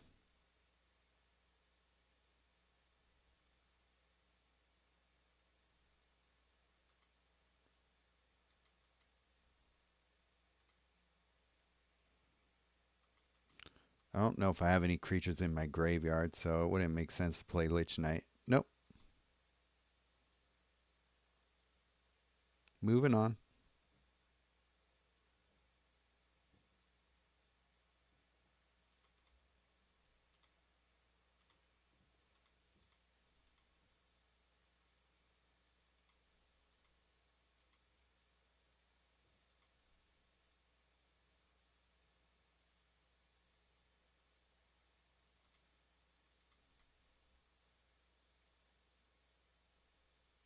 Hmm. Can't gain life, so nice. Good amount of life or damage taken for playing your Olivia.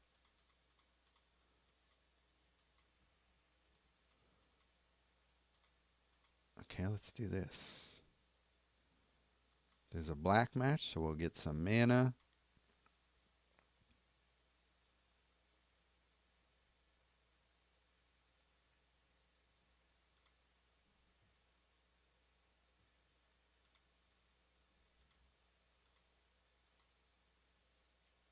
Right on. I want to see if I can pull another Lich Knight spell so I could do something with the fairies.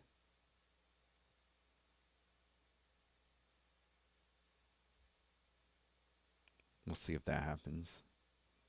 Oh, nice. Look at that. I forgot about the gem destruction that Lord of Pain has. So that actually popped a couple of my, what are they called again? Memory Seed tokens. Nice. I like that. It's always fun when something happens that you didn't even think about.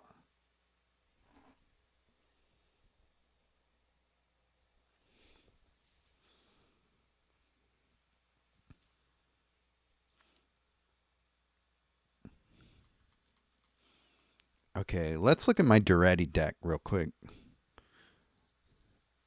I thought I had a new one, but if I don't, then we'll look at Killroy's.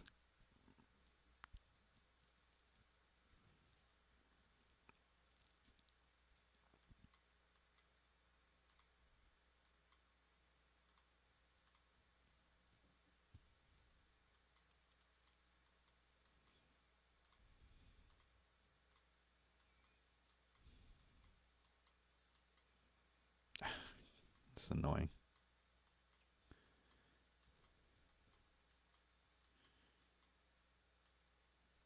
Daretti. Okay. Okay, this is Ashling and Brass.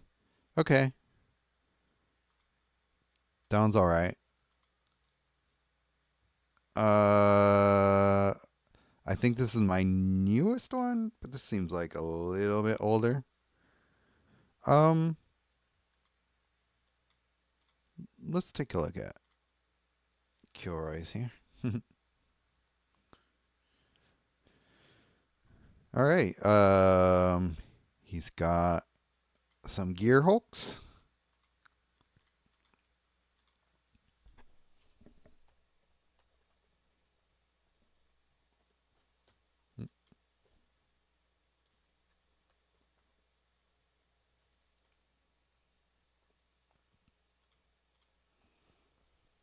He's got Coal Stoke and Oil Deep.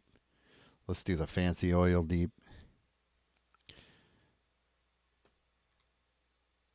Volt Strider and Chaos Warp, because why not?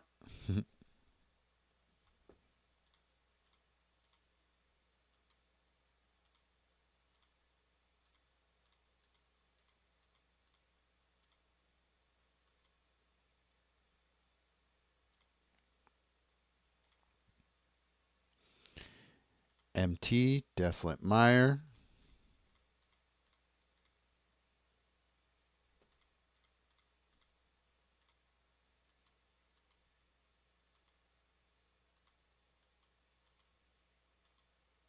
Oh, wait, sorry. Mystical Teachings. Where'd it go? Oh, there. What else? Dragonhawk. Devourer Destiny.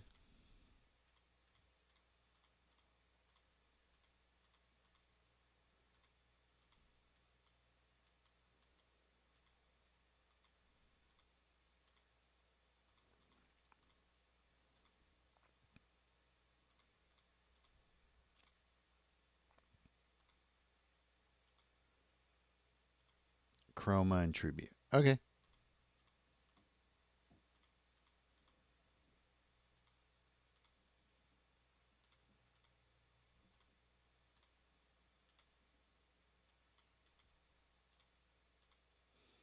Okay.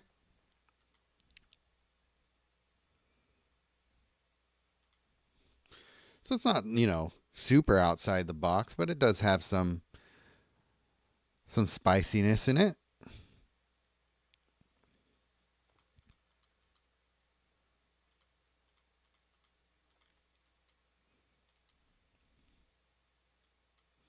It's like meta adjacent, which I would say a lot of my decks are these days.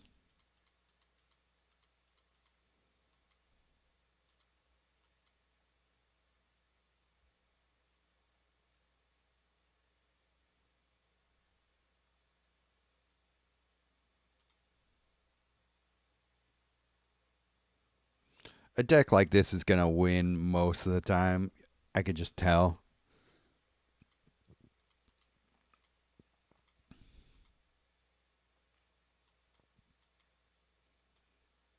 Nice. That's a cool thing about Daretti is that there are a lot of good artifacts that his first ability can pull in for you.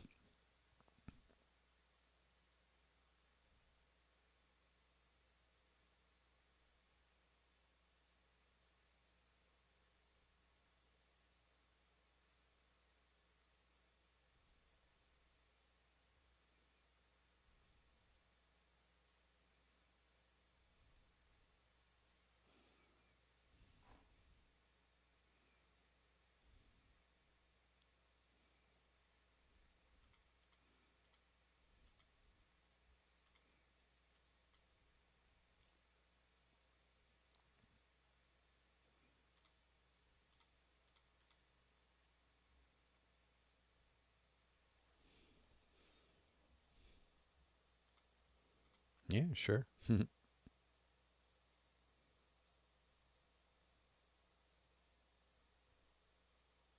Wild seeing you play my build.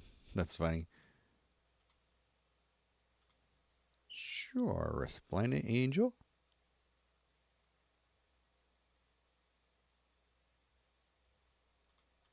Do I not? Okay, what else do we got here?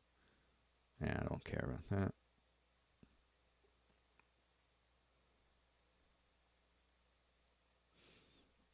Yeah, it's a solid build, so.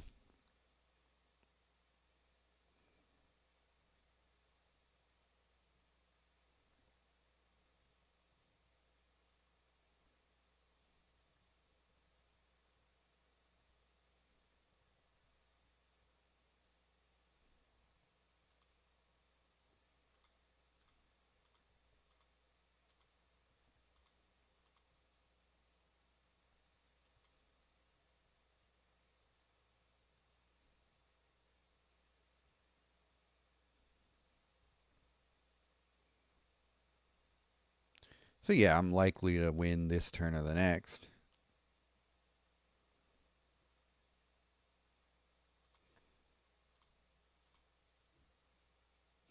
I imagine most of your battles go this way with this deck.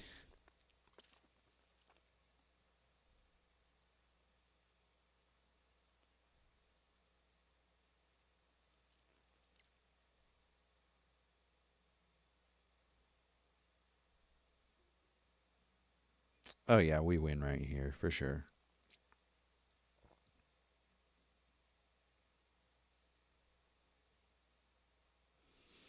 Nice. Solid deck. Thanks for sharing that. I hope other people enjoy that one. Oh well, Seahawks score again. They're pulling away from the Rams in a pretty sizable margin at this point.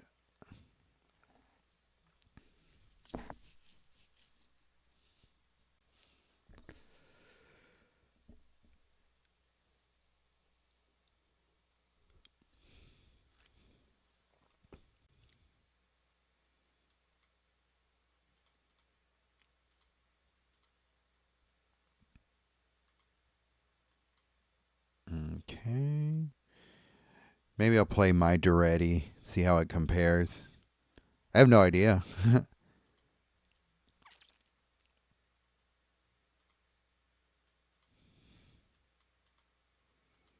Let's see what's in here again.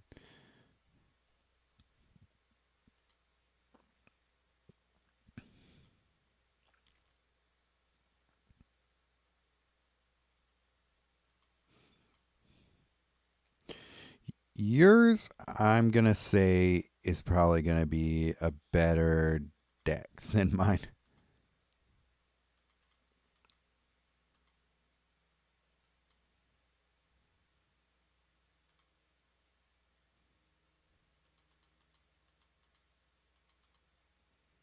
Okay, we want a Jolene.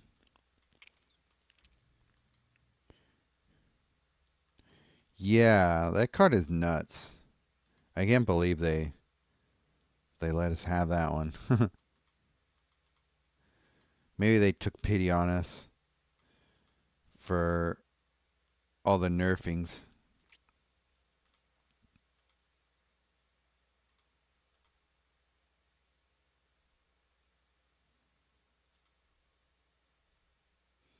They're just like, all right, we'll give you one OP card, okay? Hey, what's up? With a bunch of nines.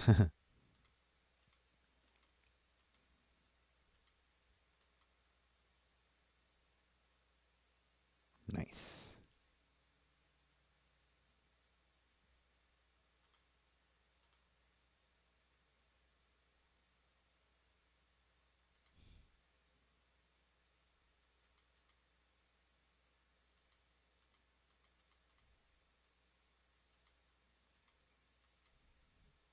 Tribute.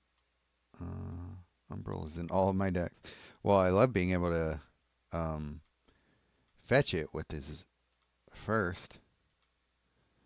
And Depth Shaker is also nice to be able to fetch. That's another cool thing about this build.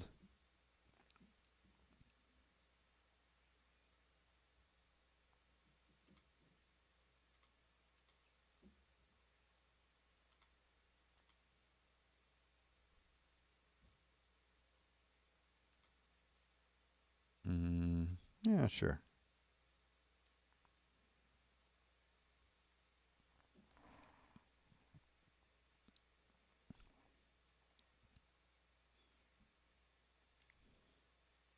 Oh, well.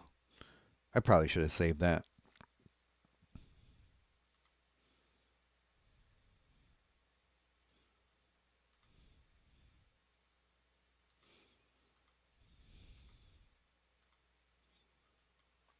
I could probably tweak this deck to make it run a little bit more like yours, and I bet it would be smoother.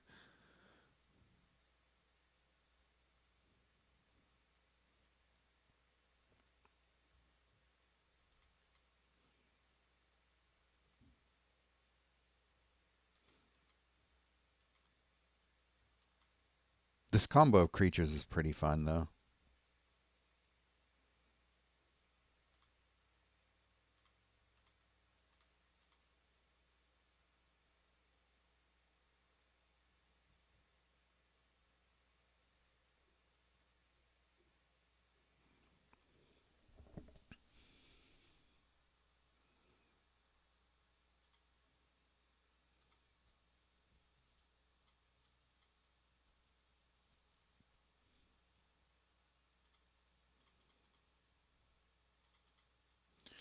And yeah, just for the hell of it, we can look at the other deck. Why not?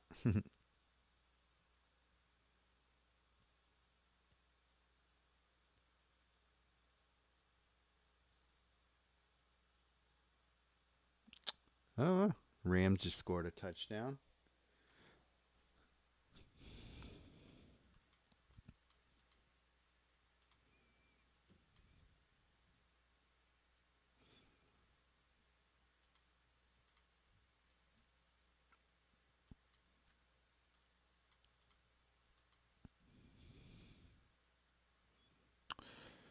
Judith and Ashling. I think this was during my little Ashling era, where I was just trying to build everything I could with that creature.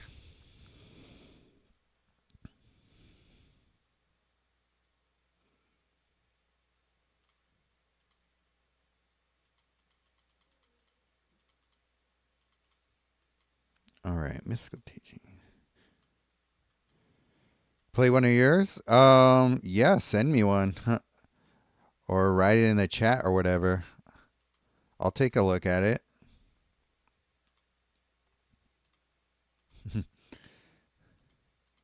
I will be brutally honest with you about it too if you want. Okay, Ashling. So what I like to do with Ashling is wait and hold on to a few spells before I play her. Because she's really only good if you're slinging a lot of spells. If you just put her out there and don't have much going, then it ends up being a waste. She's kind of a sitting duck. Yeah, sounds good.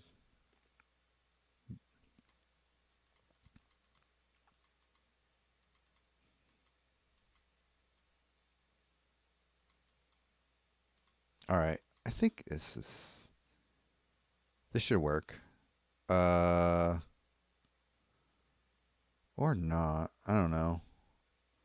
Maybe I'll make room in my hand for an artifact of some sort. All right, perfect. Tunnel grinder, exactly what I wanted to pull here. Can grab Hell to Pay. Bunch of Judiths.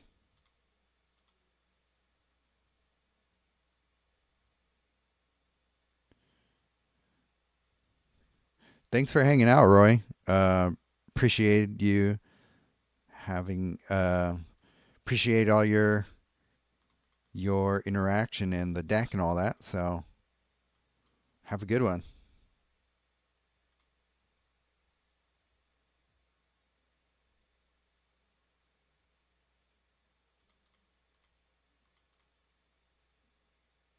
All right. I think we will draw another card. Good.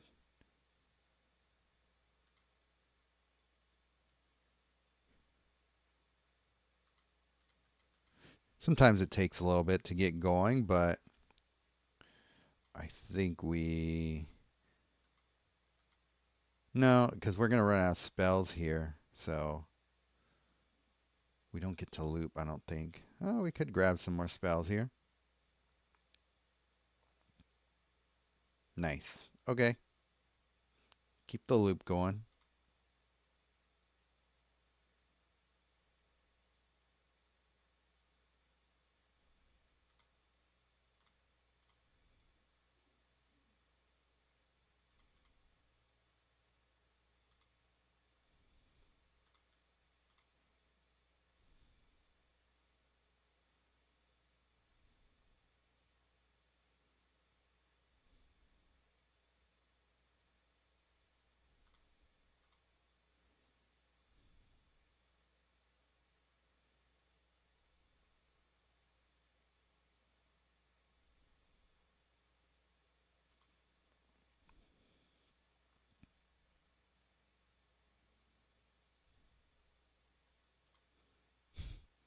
He picked like the absolute worst gem swap he could make.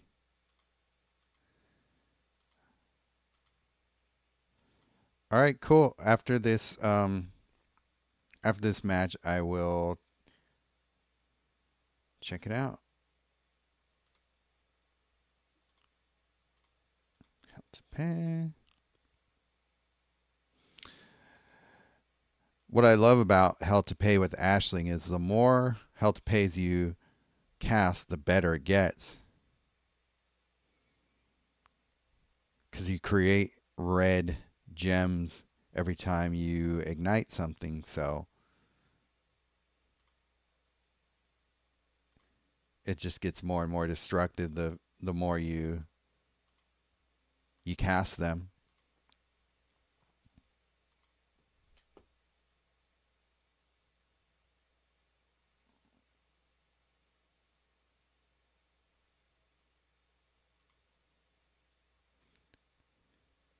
Aminatou first if possible, however you want to choose is fine. Okay, so you're telling me it's a deck that you need to use Aminatou for?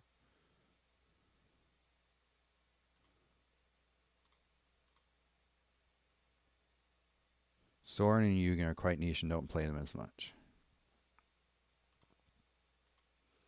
Which Sorin? Hopefully Ravenous Neonate.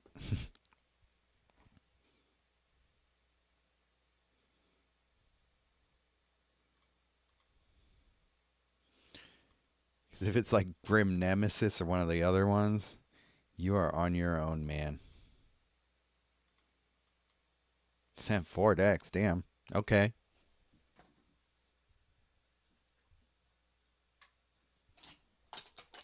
Of course that's Sorin. Okay, just making sure. Yesterday, Goz was trolling, saying that Grim Nemesis is the one to pick up. I'm just like, there's too many people who don't get the joke, and he sold it really well. So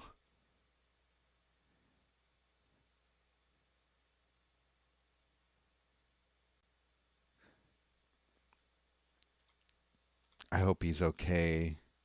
I hope he can sleep at night, knowing the evil he's bringing into the world by saying things like that. Karma's going to catch up with you guys.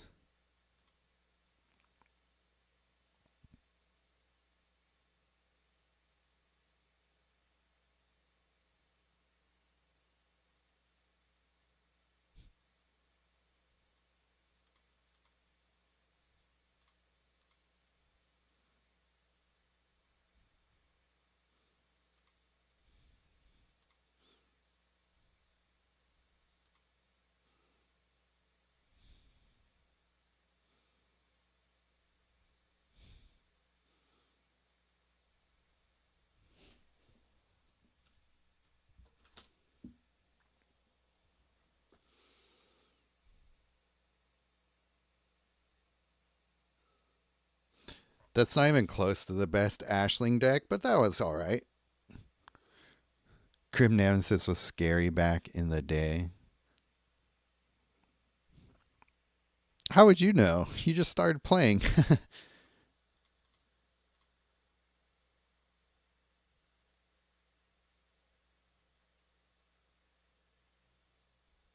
He was annoying back in the day when he was the only black and white planeswalker. Just everybody would just stuff their decks full of removal and like 3 life linkers, and that would be the deck.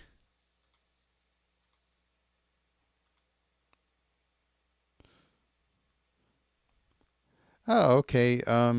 You're Ishigami. Nice. Okay, Dragonhawk, Ashling, and Party Thrasher. Definitely creatures I've used before. Okay, so Jaya is the first one. I probably have one fairly similar to your Jaya one. I'll check that one out first. We'll go to quick battle so that these battles aren't as long. Oh dang. Seahawks just scored another touchdown. Oh, Gozmaster. Here we go. Should I do Oona versus Oona or his deck? Okay, real quick. Should I go against his Oona with my Oona, or should I use one of the decks I got sent?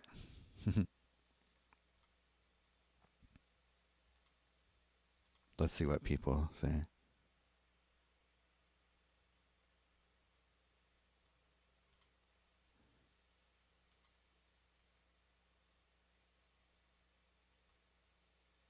When?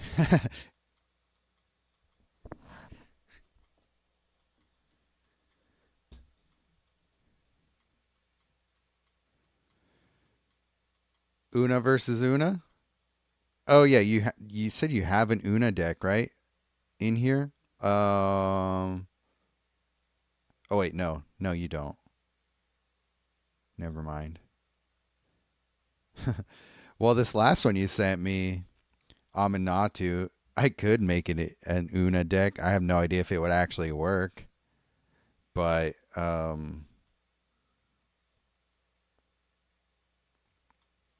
okay, we'll do Oona versus Oona then.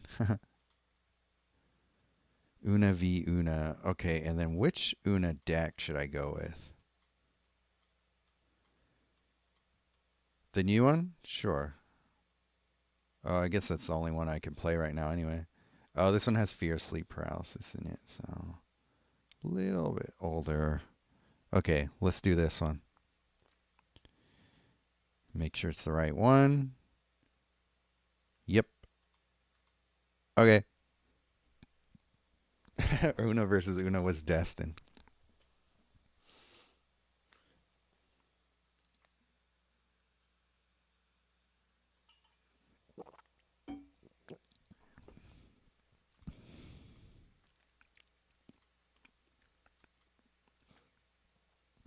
Okay.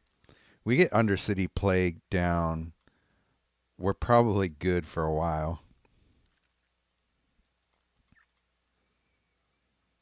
I guess I'll go there.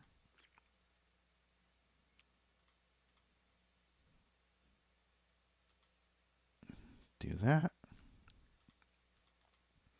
Almost went into our lock and load.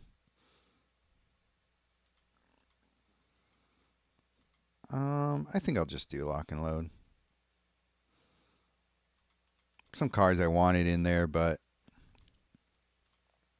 these first. Okay, Entity Tracker. So far, so good.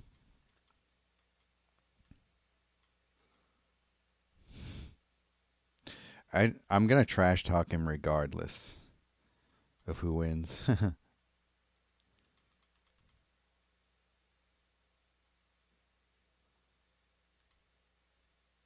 Uh-oh. What's he doing?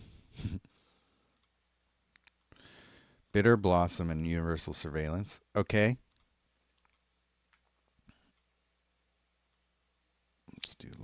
Pain.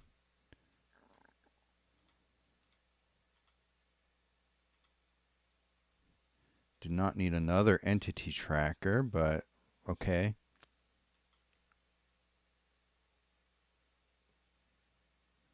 There goes that.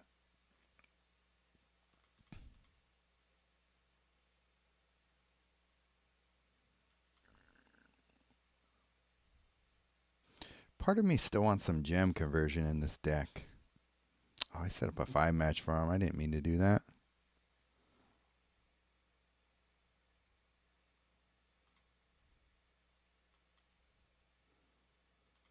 Get some mana. An okay-ish amount. I like a Lord of Pain.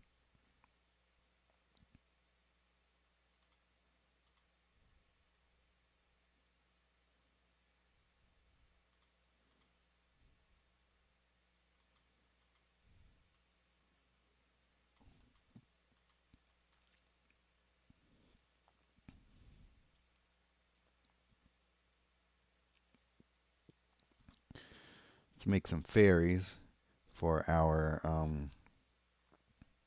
Lich Knight thingy. Nice. Solid Lord of Pain.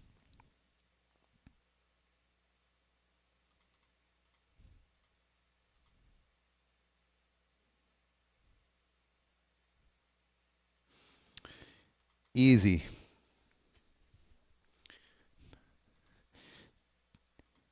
Did not break a nail.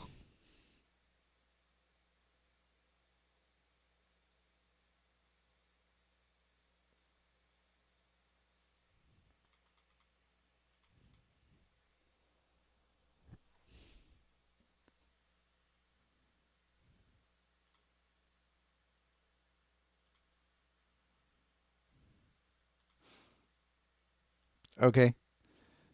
Let's go do that. Okay, so first it's going to be Jaya. Oh yeah, which Ugin, the Destiny of Storms or a different Ugin? You have to let me know there.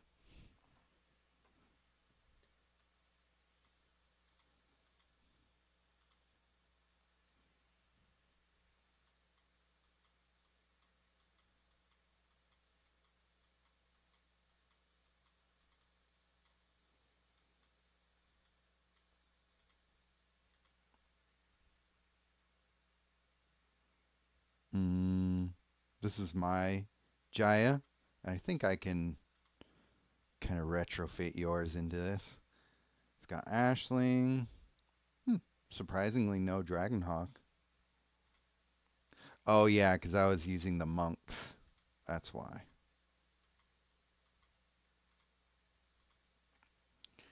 We got Jeskai. Yeah. No Realm Scorcher. We got Party Thrasher instead.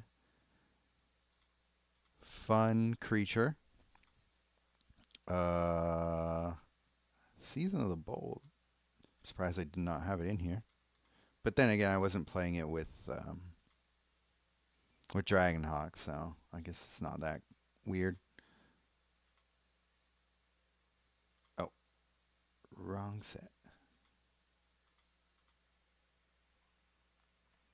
Hell to Pay. Needs Banner, and Leyline is already in here.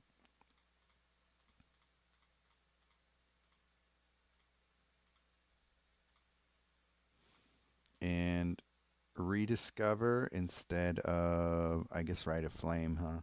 Yeah. Okay.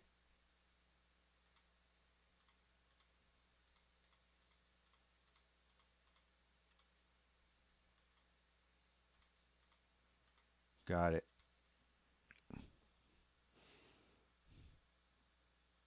All right, let's see how this goes.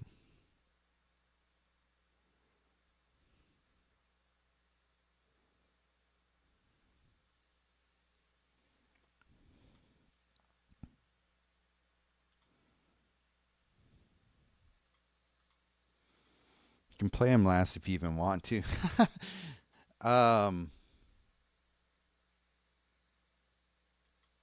I'll just play them in order that you sent them to me.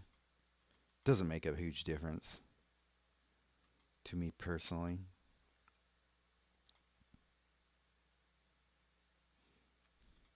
This is Dragonhawk deck, so already we are at an advantage.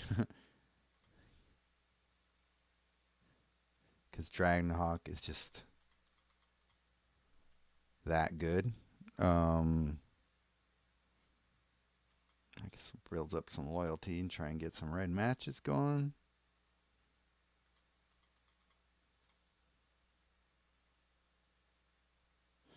When your opponent's cards from hand, lose 3 life.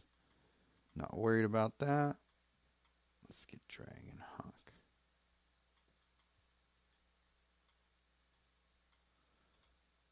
Ashling.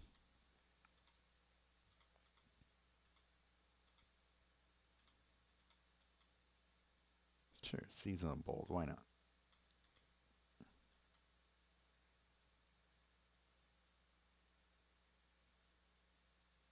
Okay, we hit spree 4, so we get some gold out of that. Nice.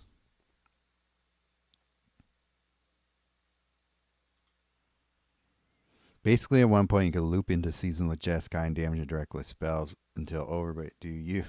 Yeah, I have done things like that before.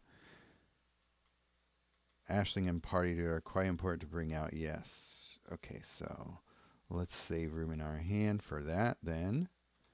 We could also, let's do this actually. I'm not too worried about him yet, so.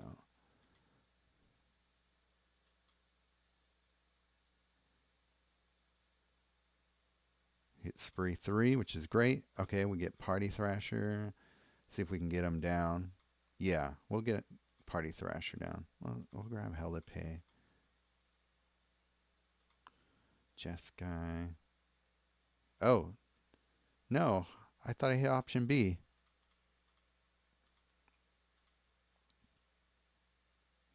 I didn't want to do that. Oh, well.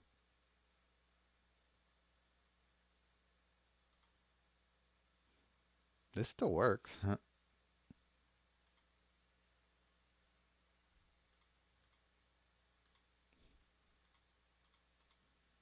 Damn, that was A. Yeah, that sucked. Oh, well. That's fine.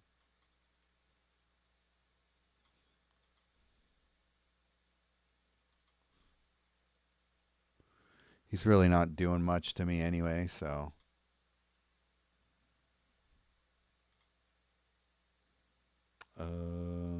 Yeah, I'll take that from you. Thank you. Nope. How to pay. I might win on this turn.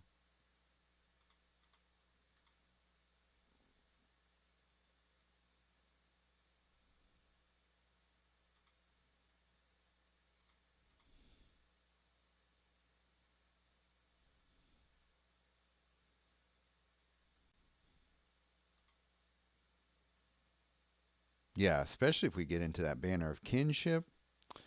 Though, I don't know. I've tried Banner of Kinship in these types of decks, and the problem is when you start blowing up the board, you're going to get rid of a lot of the gold tokens I've found. So Banner Kinship has either been really strong or not given me enough to really make it worth it. So kind of use at your own risk type of card there. Just for anybody else who's watching.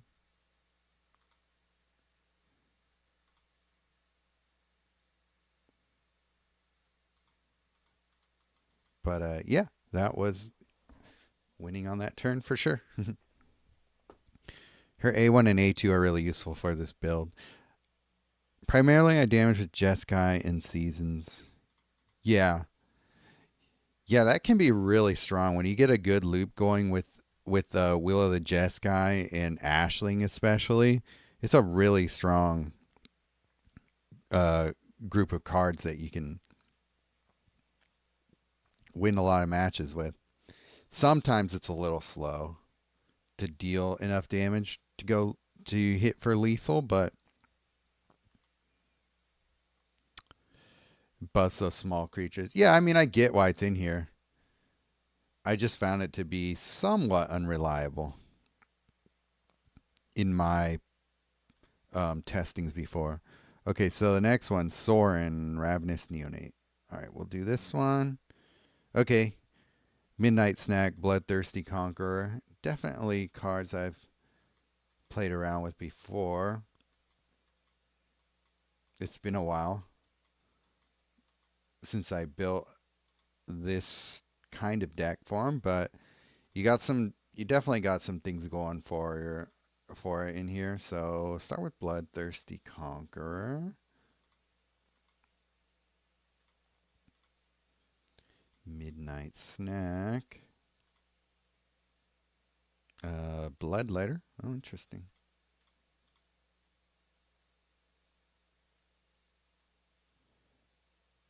He is LCI, right? Yeah. Oh, Rams just came back with another touchdown.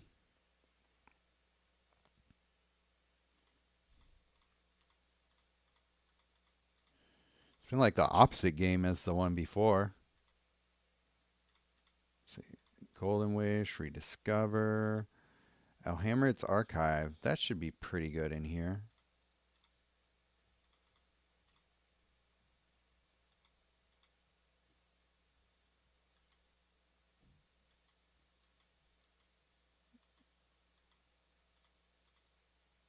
Desolate Mire, 1,000-Year Elixir. Okay.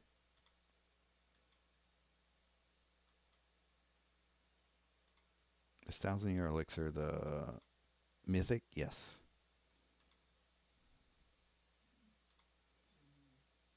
Localized Destruction. Good card. And Umbral Mantle to finish it off. That seems like a pretty strong deck.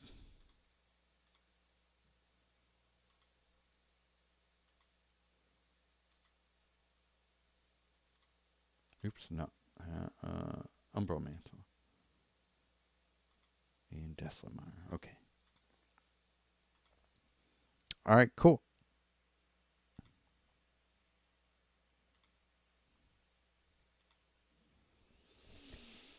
Sorin, you don't play it too often, but sometimes it's fun. Yeah, I mean, Sorin is so kind of buried in my Planeswalkers that I don't go to him that often either. It's usually because like I have a safe deck for some of these Planeswalkers, and the event I use them for rolls around. I'm like, oh yeah, I actually want to do a little bit more with this Planeswalker. Yeah, I want to get that 1,000-Year Elixir down.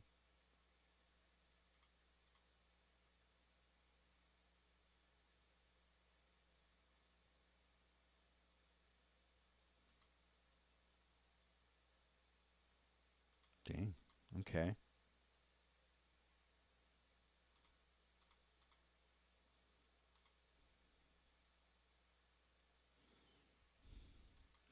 Which of his abilities do you go for most with this deck?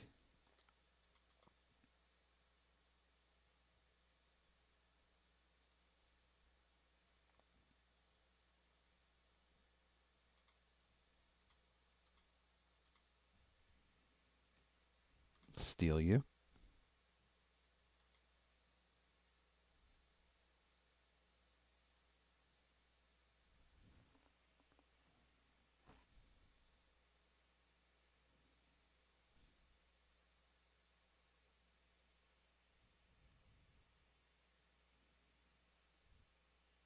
Okay. So pretty much just like whatever the situation calls for. You're not like building specifically for one of the abilities.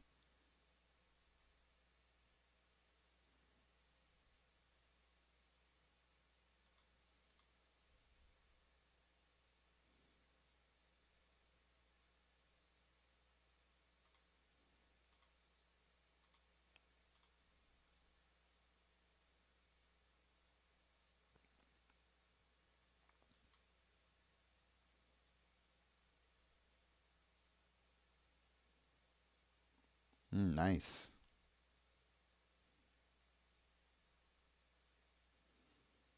Cool. That just kind of came out of nowhere. I enforce this token sometimes because I want my vampires buff. Yeah. Cool.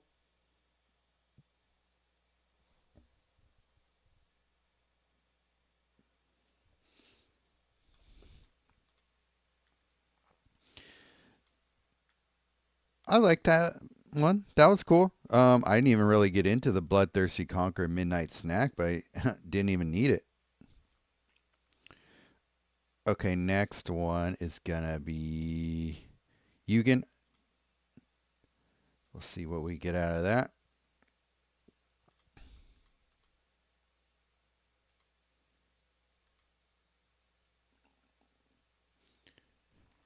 I'll probably have to timestamp this live because we have done a lot of different decks and planeswalkers. Okay, so Olamog, Emrakul, and Gearhulk are our creatures.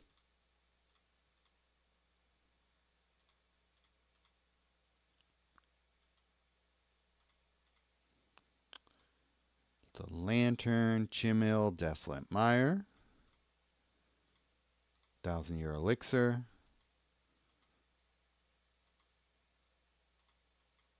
Umbral Mantle, Chromatic Lantern,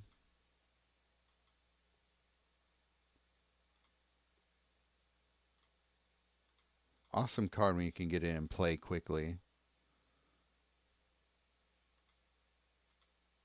The only issue with 1,000-year Elixir is you really mostly play it with planeswalkers who have bad mana gains to start with, because that's kind of what you're trying to mitigate. But the problem is you might spend a lot of time getting that Chromatic Lantern into play because of that. So just something to think about when it comes to these planeswalkers. Okay, Golden Wish. What am I missing? Olamog, Chromatic Lantern, Chimel, 1,000-year Elixir, Desolate Maya, Golden Wish, Banner Kinship, Gearhulk. What did I forget?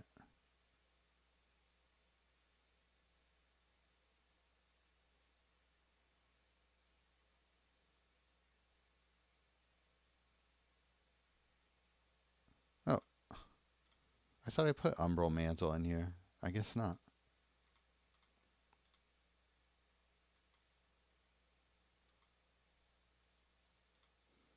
All right.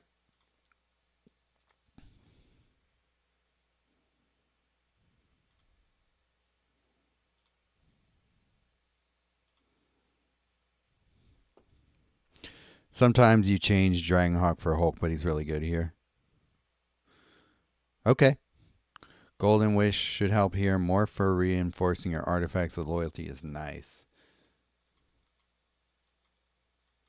Okay, interesting. I guess I'll play Desolate Mire first.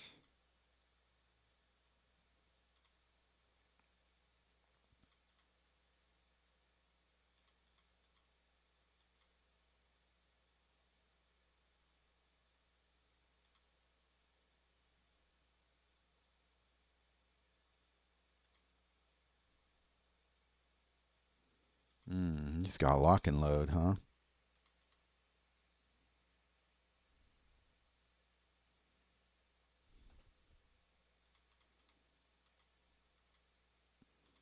All right. Well, okay. Let's try and get that Olamog down. That'll help. Sweet. So that's happening. Wow. Nice. This is a really good, what do you call it? Really good cascade for me.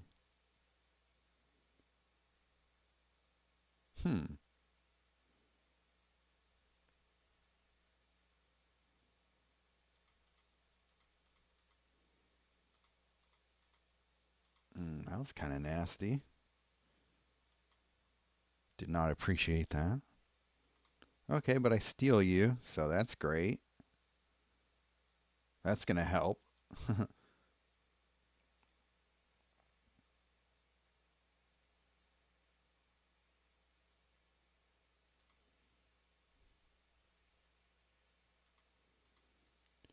Is this a decent start, would you say?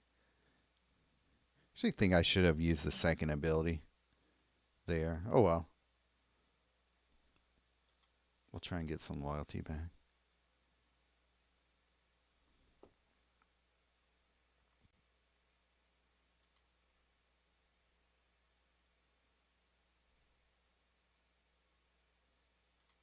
Hmm.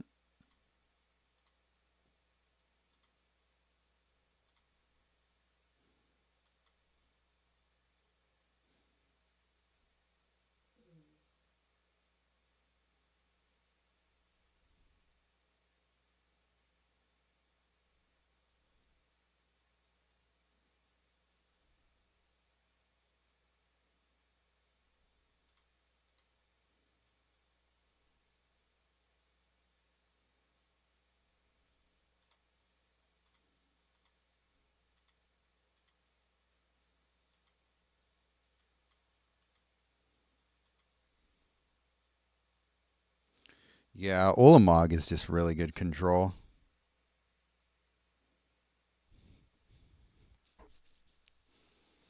Emrakul, if you're not ready for it, can really screw you up too.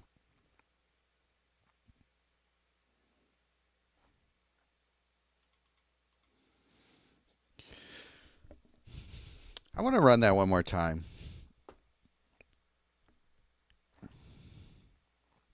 I feel like that was a bit of an outlier of a battle. I have a feeling most battles don't necessarily go that way.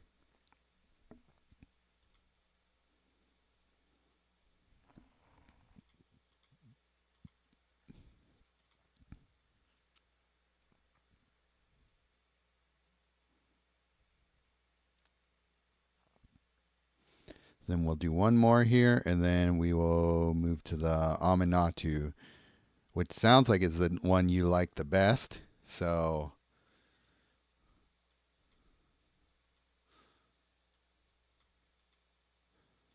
there's a lot of pressure on you to bring a strong deck to the table.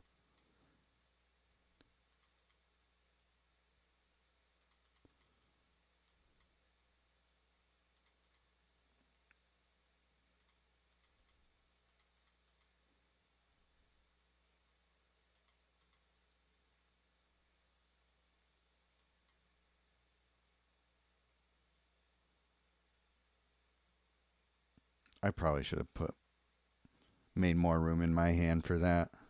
I was just being impatient.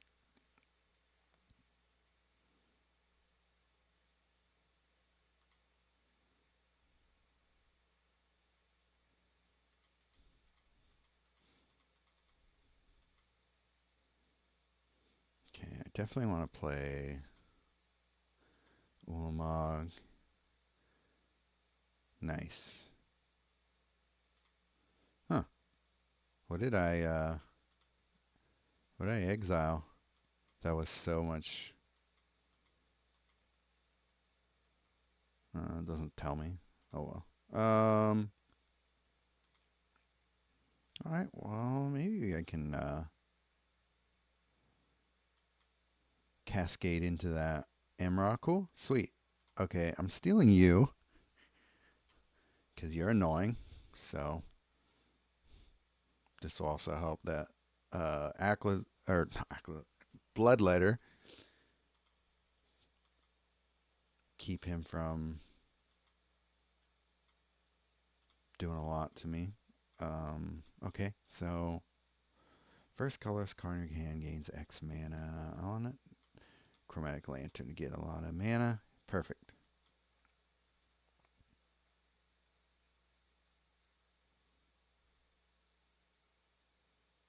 Oh, I didn't know he was playing Ambiguity. Hmm.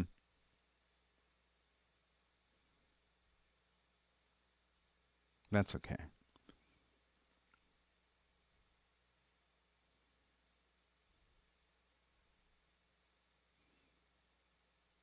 I'm not worried about it.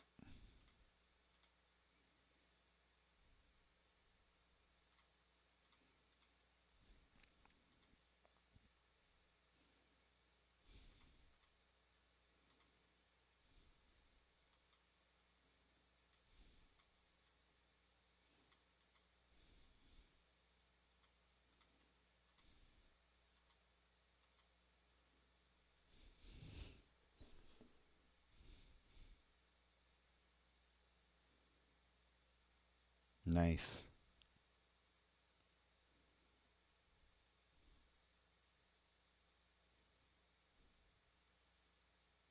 Sweet. Well, I gotta say, pretty dominant deck. Recovered from a pretty iffy start there. Getting a ton of mana into that Ulamog at just the right time really helped.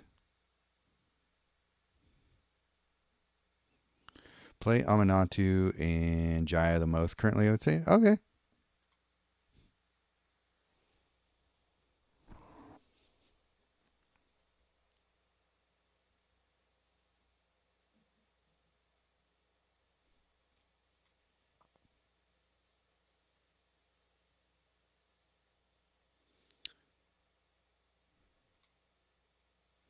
All right, Aminatou. Let's do it.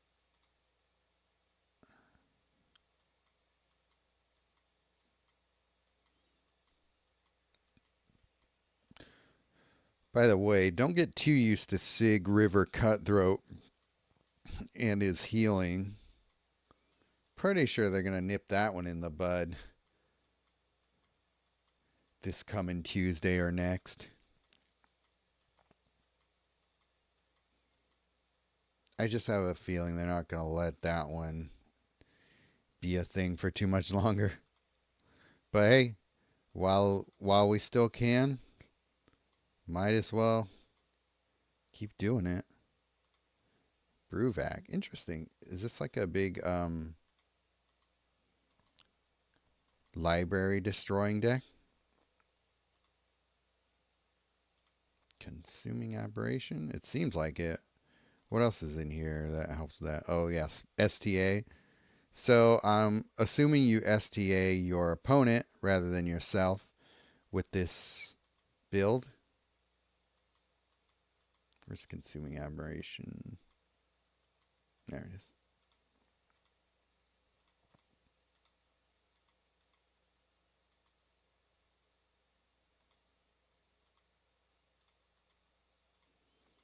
And then some of the usual suspects. Rediscover.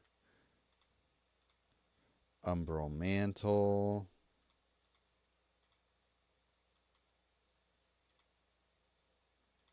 Night's Whisper. Interesting. Oh, I see. The Night's Whisper. You have the Sig out, and Night's Whisper just you just heal everything back. I do not have Mystic Gate. I do have Sunken Ruins.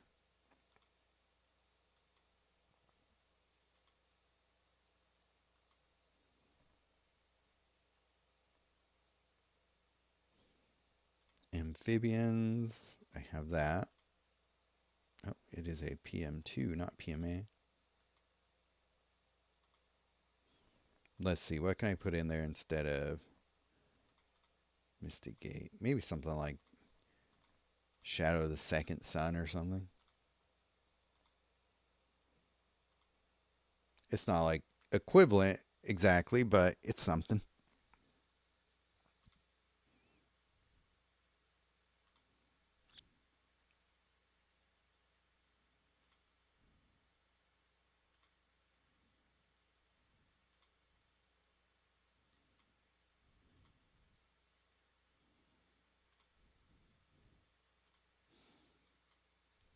Okay.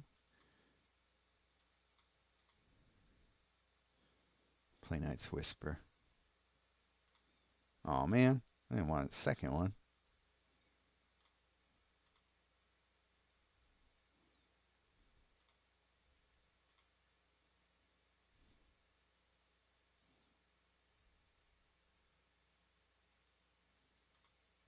Solid.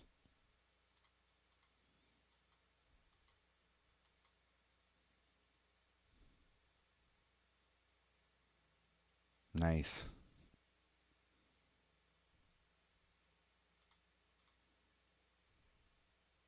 Oh, man. Well, I could just do this.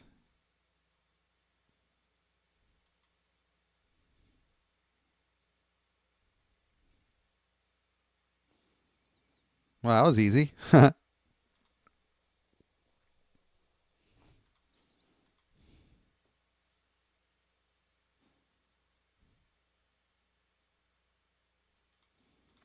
Gotta run that again.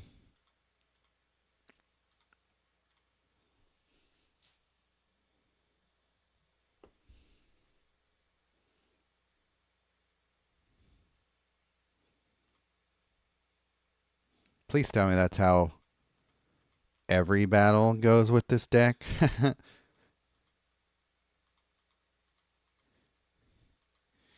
Because if it is, I'm stealing it too. Okay, Aminatou versus Aminatou. And I think Gideon is pretty good. So we'll see.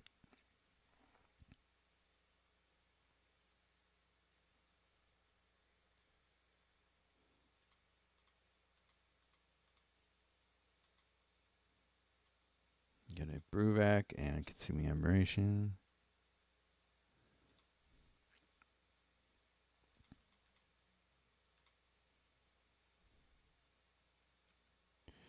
It seems to really hinge on having an early STA though to win fast, right?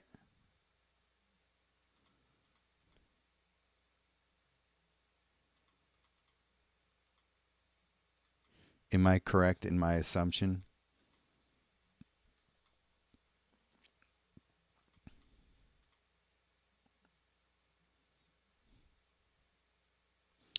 Oh, I know what I could do instead of Shadow of the Second Sun is thought reflection.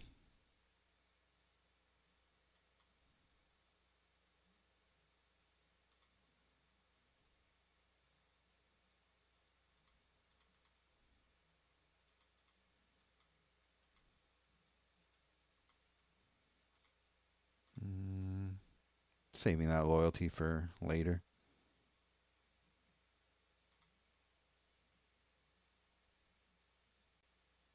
Ah,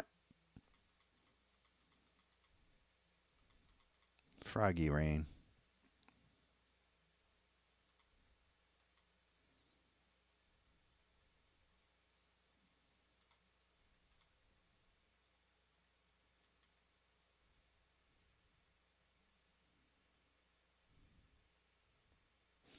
Kind of, but when you take Sig out and put in Mind Skinner in and NW for LL or US, that's strong too. Was actually my first version. Okay.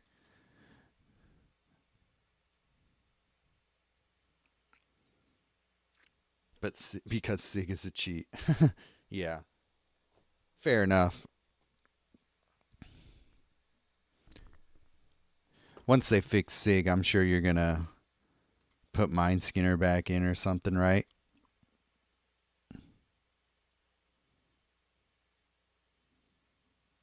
Okay, we'll do one more because I think Quick Battle is going to end pretty soon here anyway.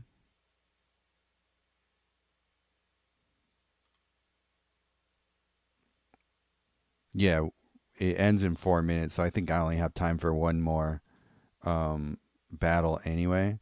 So let's put Thought Reflection in here instead of Shadow.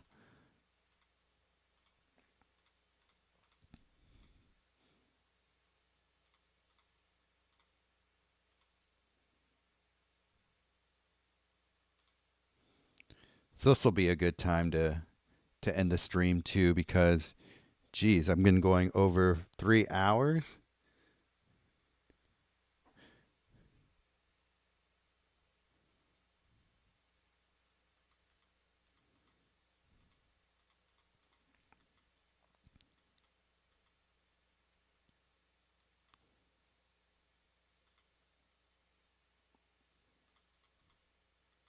All right, Sig. We'll keep you around for later. Sunken Ruin and Mystic Gate give 15 mana. I know. I'm pretty sure they'll fix that soon as well. But yeah, I ran into some Lord Windgrace decks that were running all of those lands, and yeah, I was pretty sad I didn't have enough support destruction. Nice.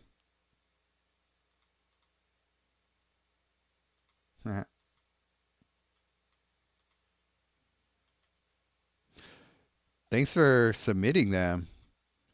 For anybody in the future who wants me to do that, feel free. I could always use more content ideas, so if you guys want me to either run your decks just, so I can showcase them, or if you want help with decks and I can do some real-time support, maybe I could make that into a little series or something. Damn, 71? Nice. Wrong graveyard? What do you mean? I thought this is what we're trying to do here. Oh, you mean like I did it to myself? Oops. I think you're right. I'm just so used to STAing myself.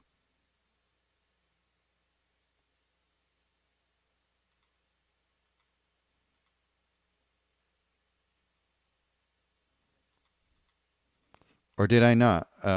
Maybe it was the wrong. I think maybe you got confused. How would I rank them and how much fun I had with them? Good question. I would say, I might have had the most fun with the Aminatou, just because of how smooth and easy it won. So it was pretty stress-free and it was pretty dominant. Next was probably Ugin, because it was a bit unexpected in how well it did. It was a little bit of a slow start in a lot of them, but that's just Ugin, so you kind of have to expect that. But if it wasn't for that, the Ugin might have been my favorite. Next was probably this, maybe the Sorin one, just because it won quicker than I expected to. It was more resilient than it looks to be, just from looking at the deck list. And I would say number 4 is Jaya, not because it's like not a good or fun deck, but it's just because I've played decks like this already a bunch of times before, so it's a little bit like a bit of a retread for me. But they're all good. Don't get me wrong. Oh, oops! I don't know what that was.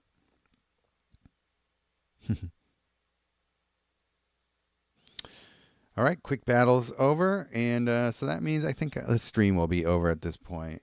I kind of want to watch the rest of the game anyway, and it's getting to be about dinner time. So, thank you everybody for hanging out. I don't know how many of you watched the whole stream, but that is awesome if you did.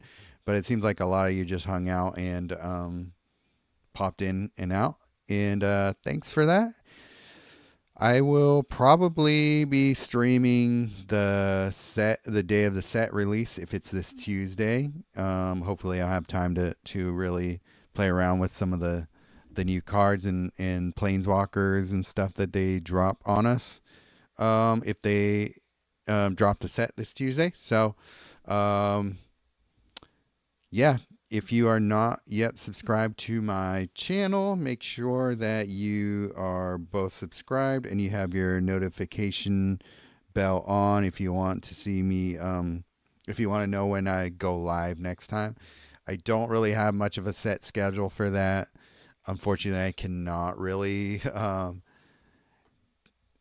stick to a schedule like that for this game right now. So I would like to be able to have a regular schedule on things like this, but this not being a very lucrative thing for me, I can't really afford to. So that is the best way to continue to stay in the know as far as when I go live. You just gotta be on it and see if you get the little notification bell, and I'll tell you. A little pop up on your phone should let you know when I'm live, and then you can watch however you want from there. Yada yada yada. All right. So yeah, have a good evening, guys. Thank you with the 5/9s for your decks. I did like them. Thank you, Dorn, for hanging out, and everybody else. Goz, Killroy, Acid for a little bit, and Scott. And I probably missed a couple other people, but you know who you are. Appreciate it. See you in the next stream.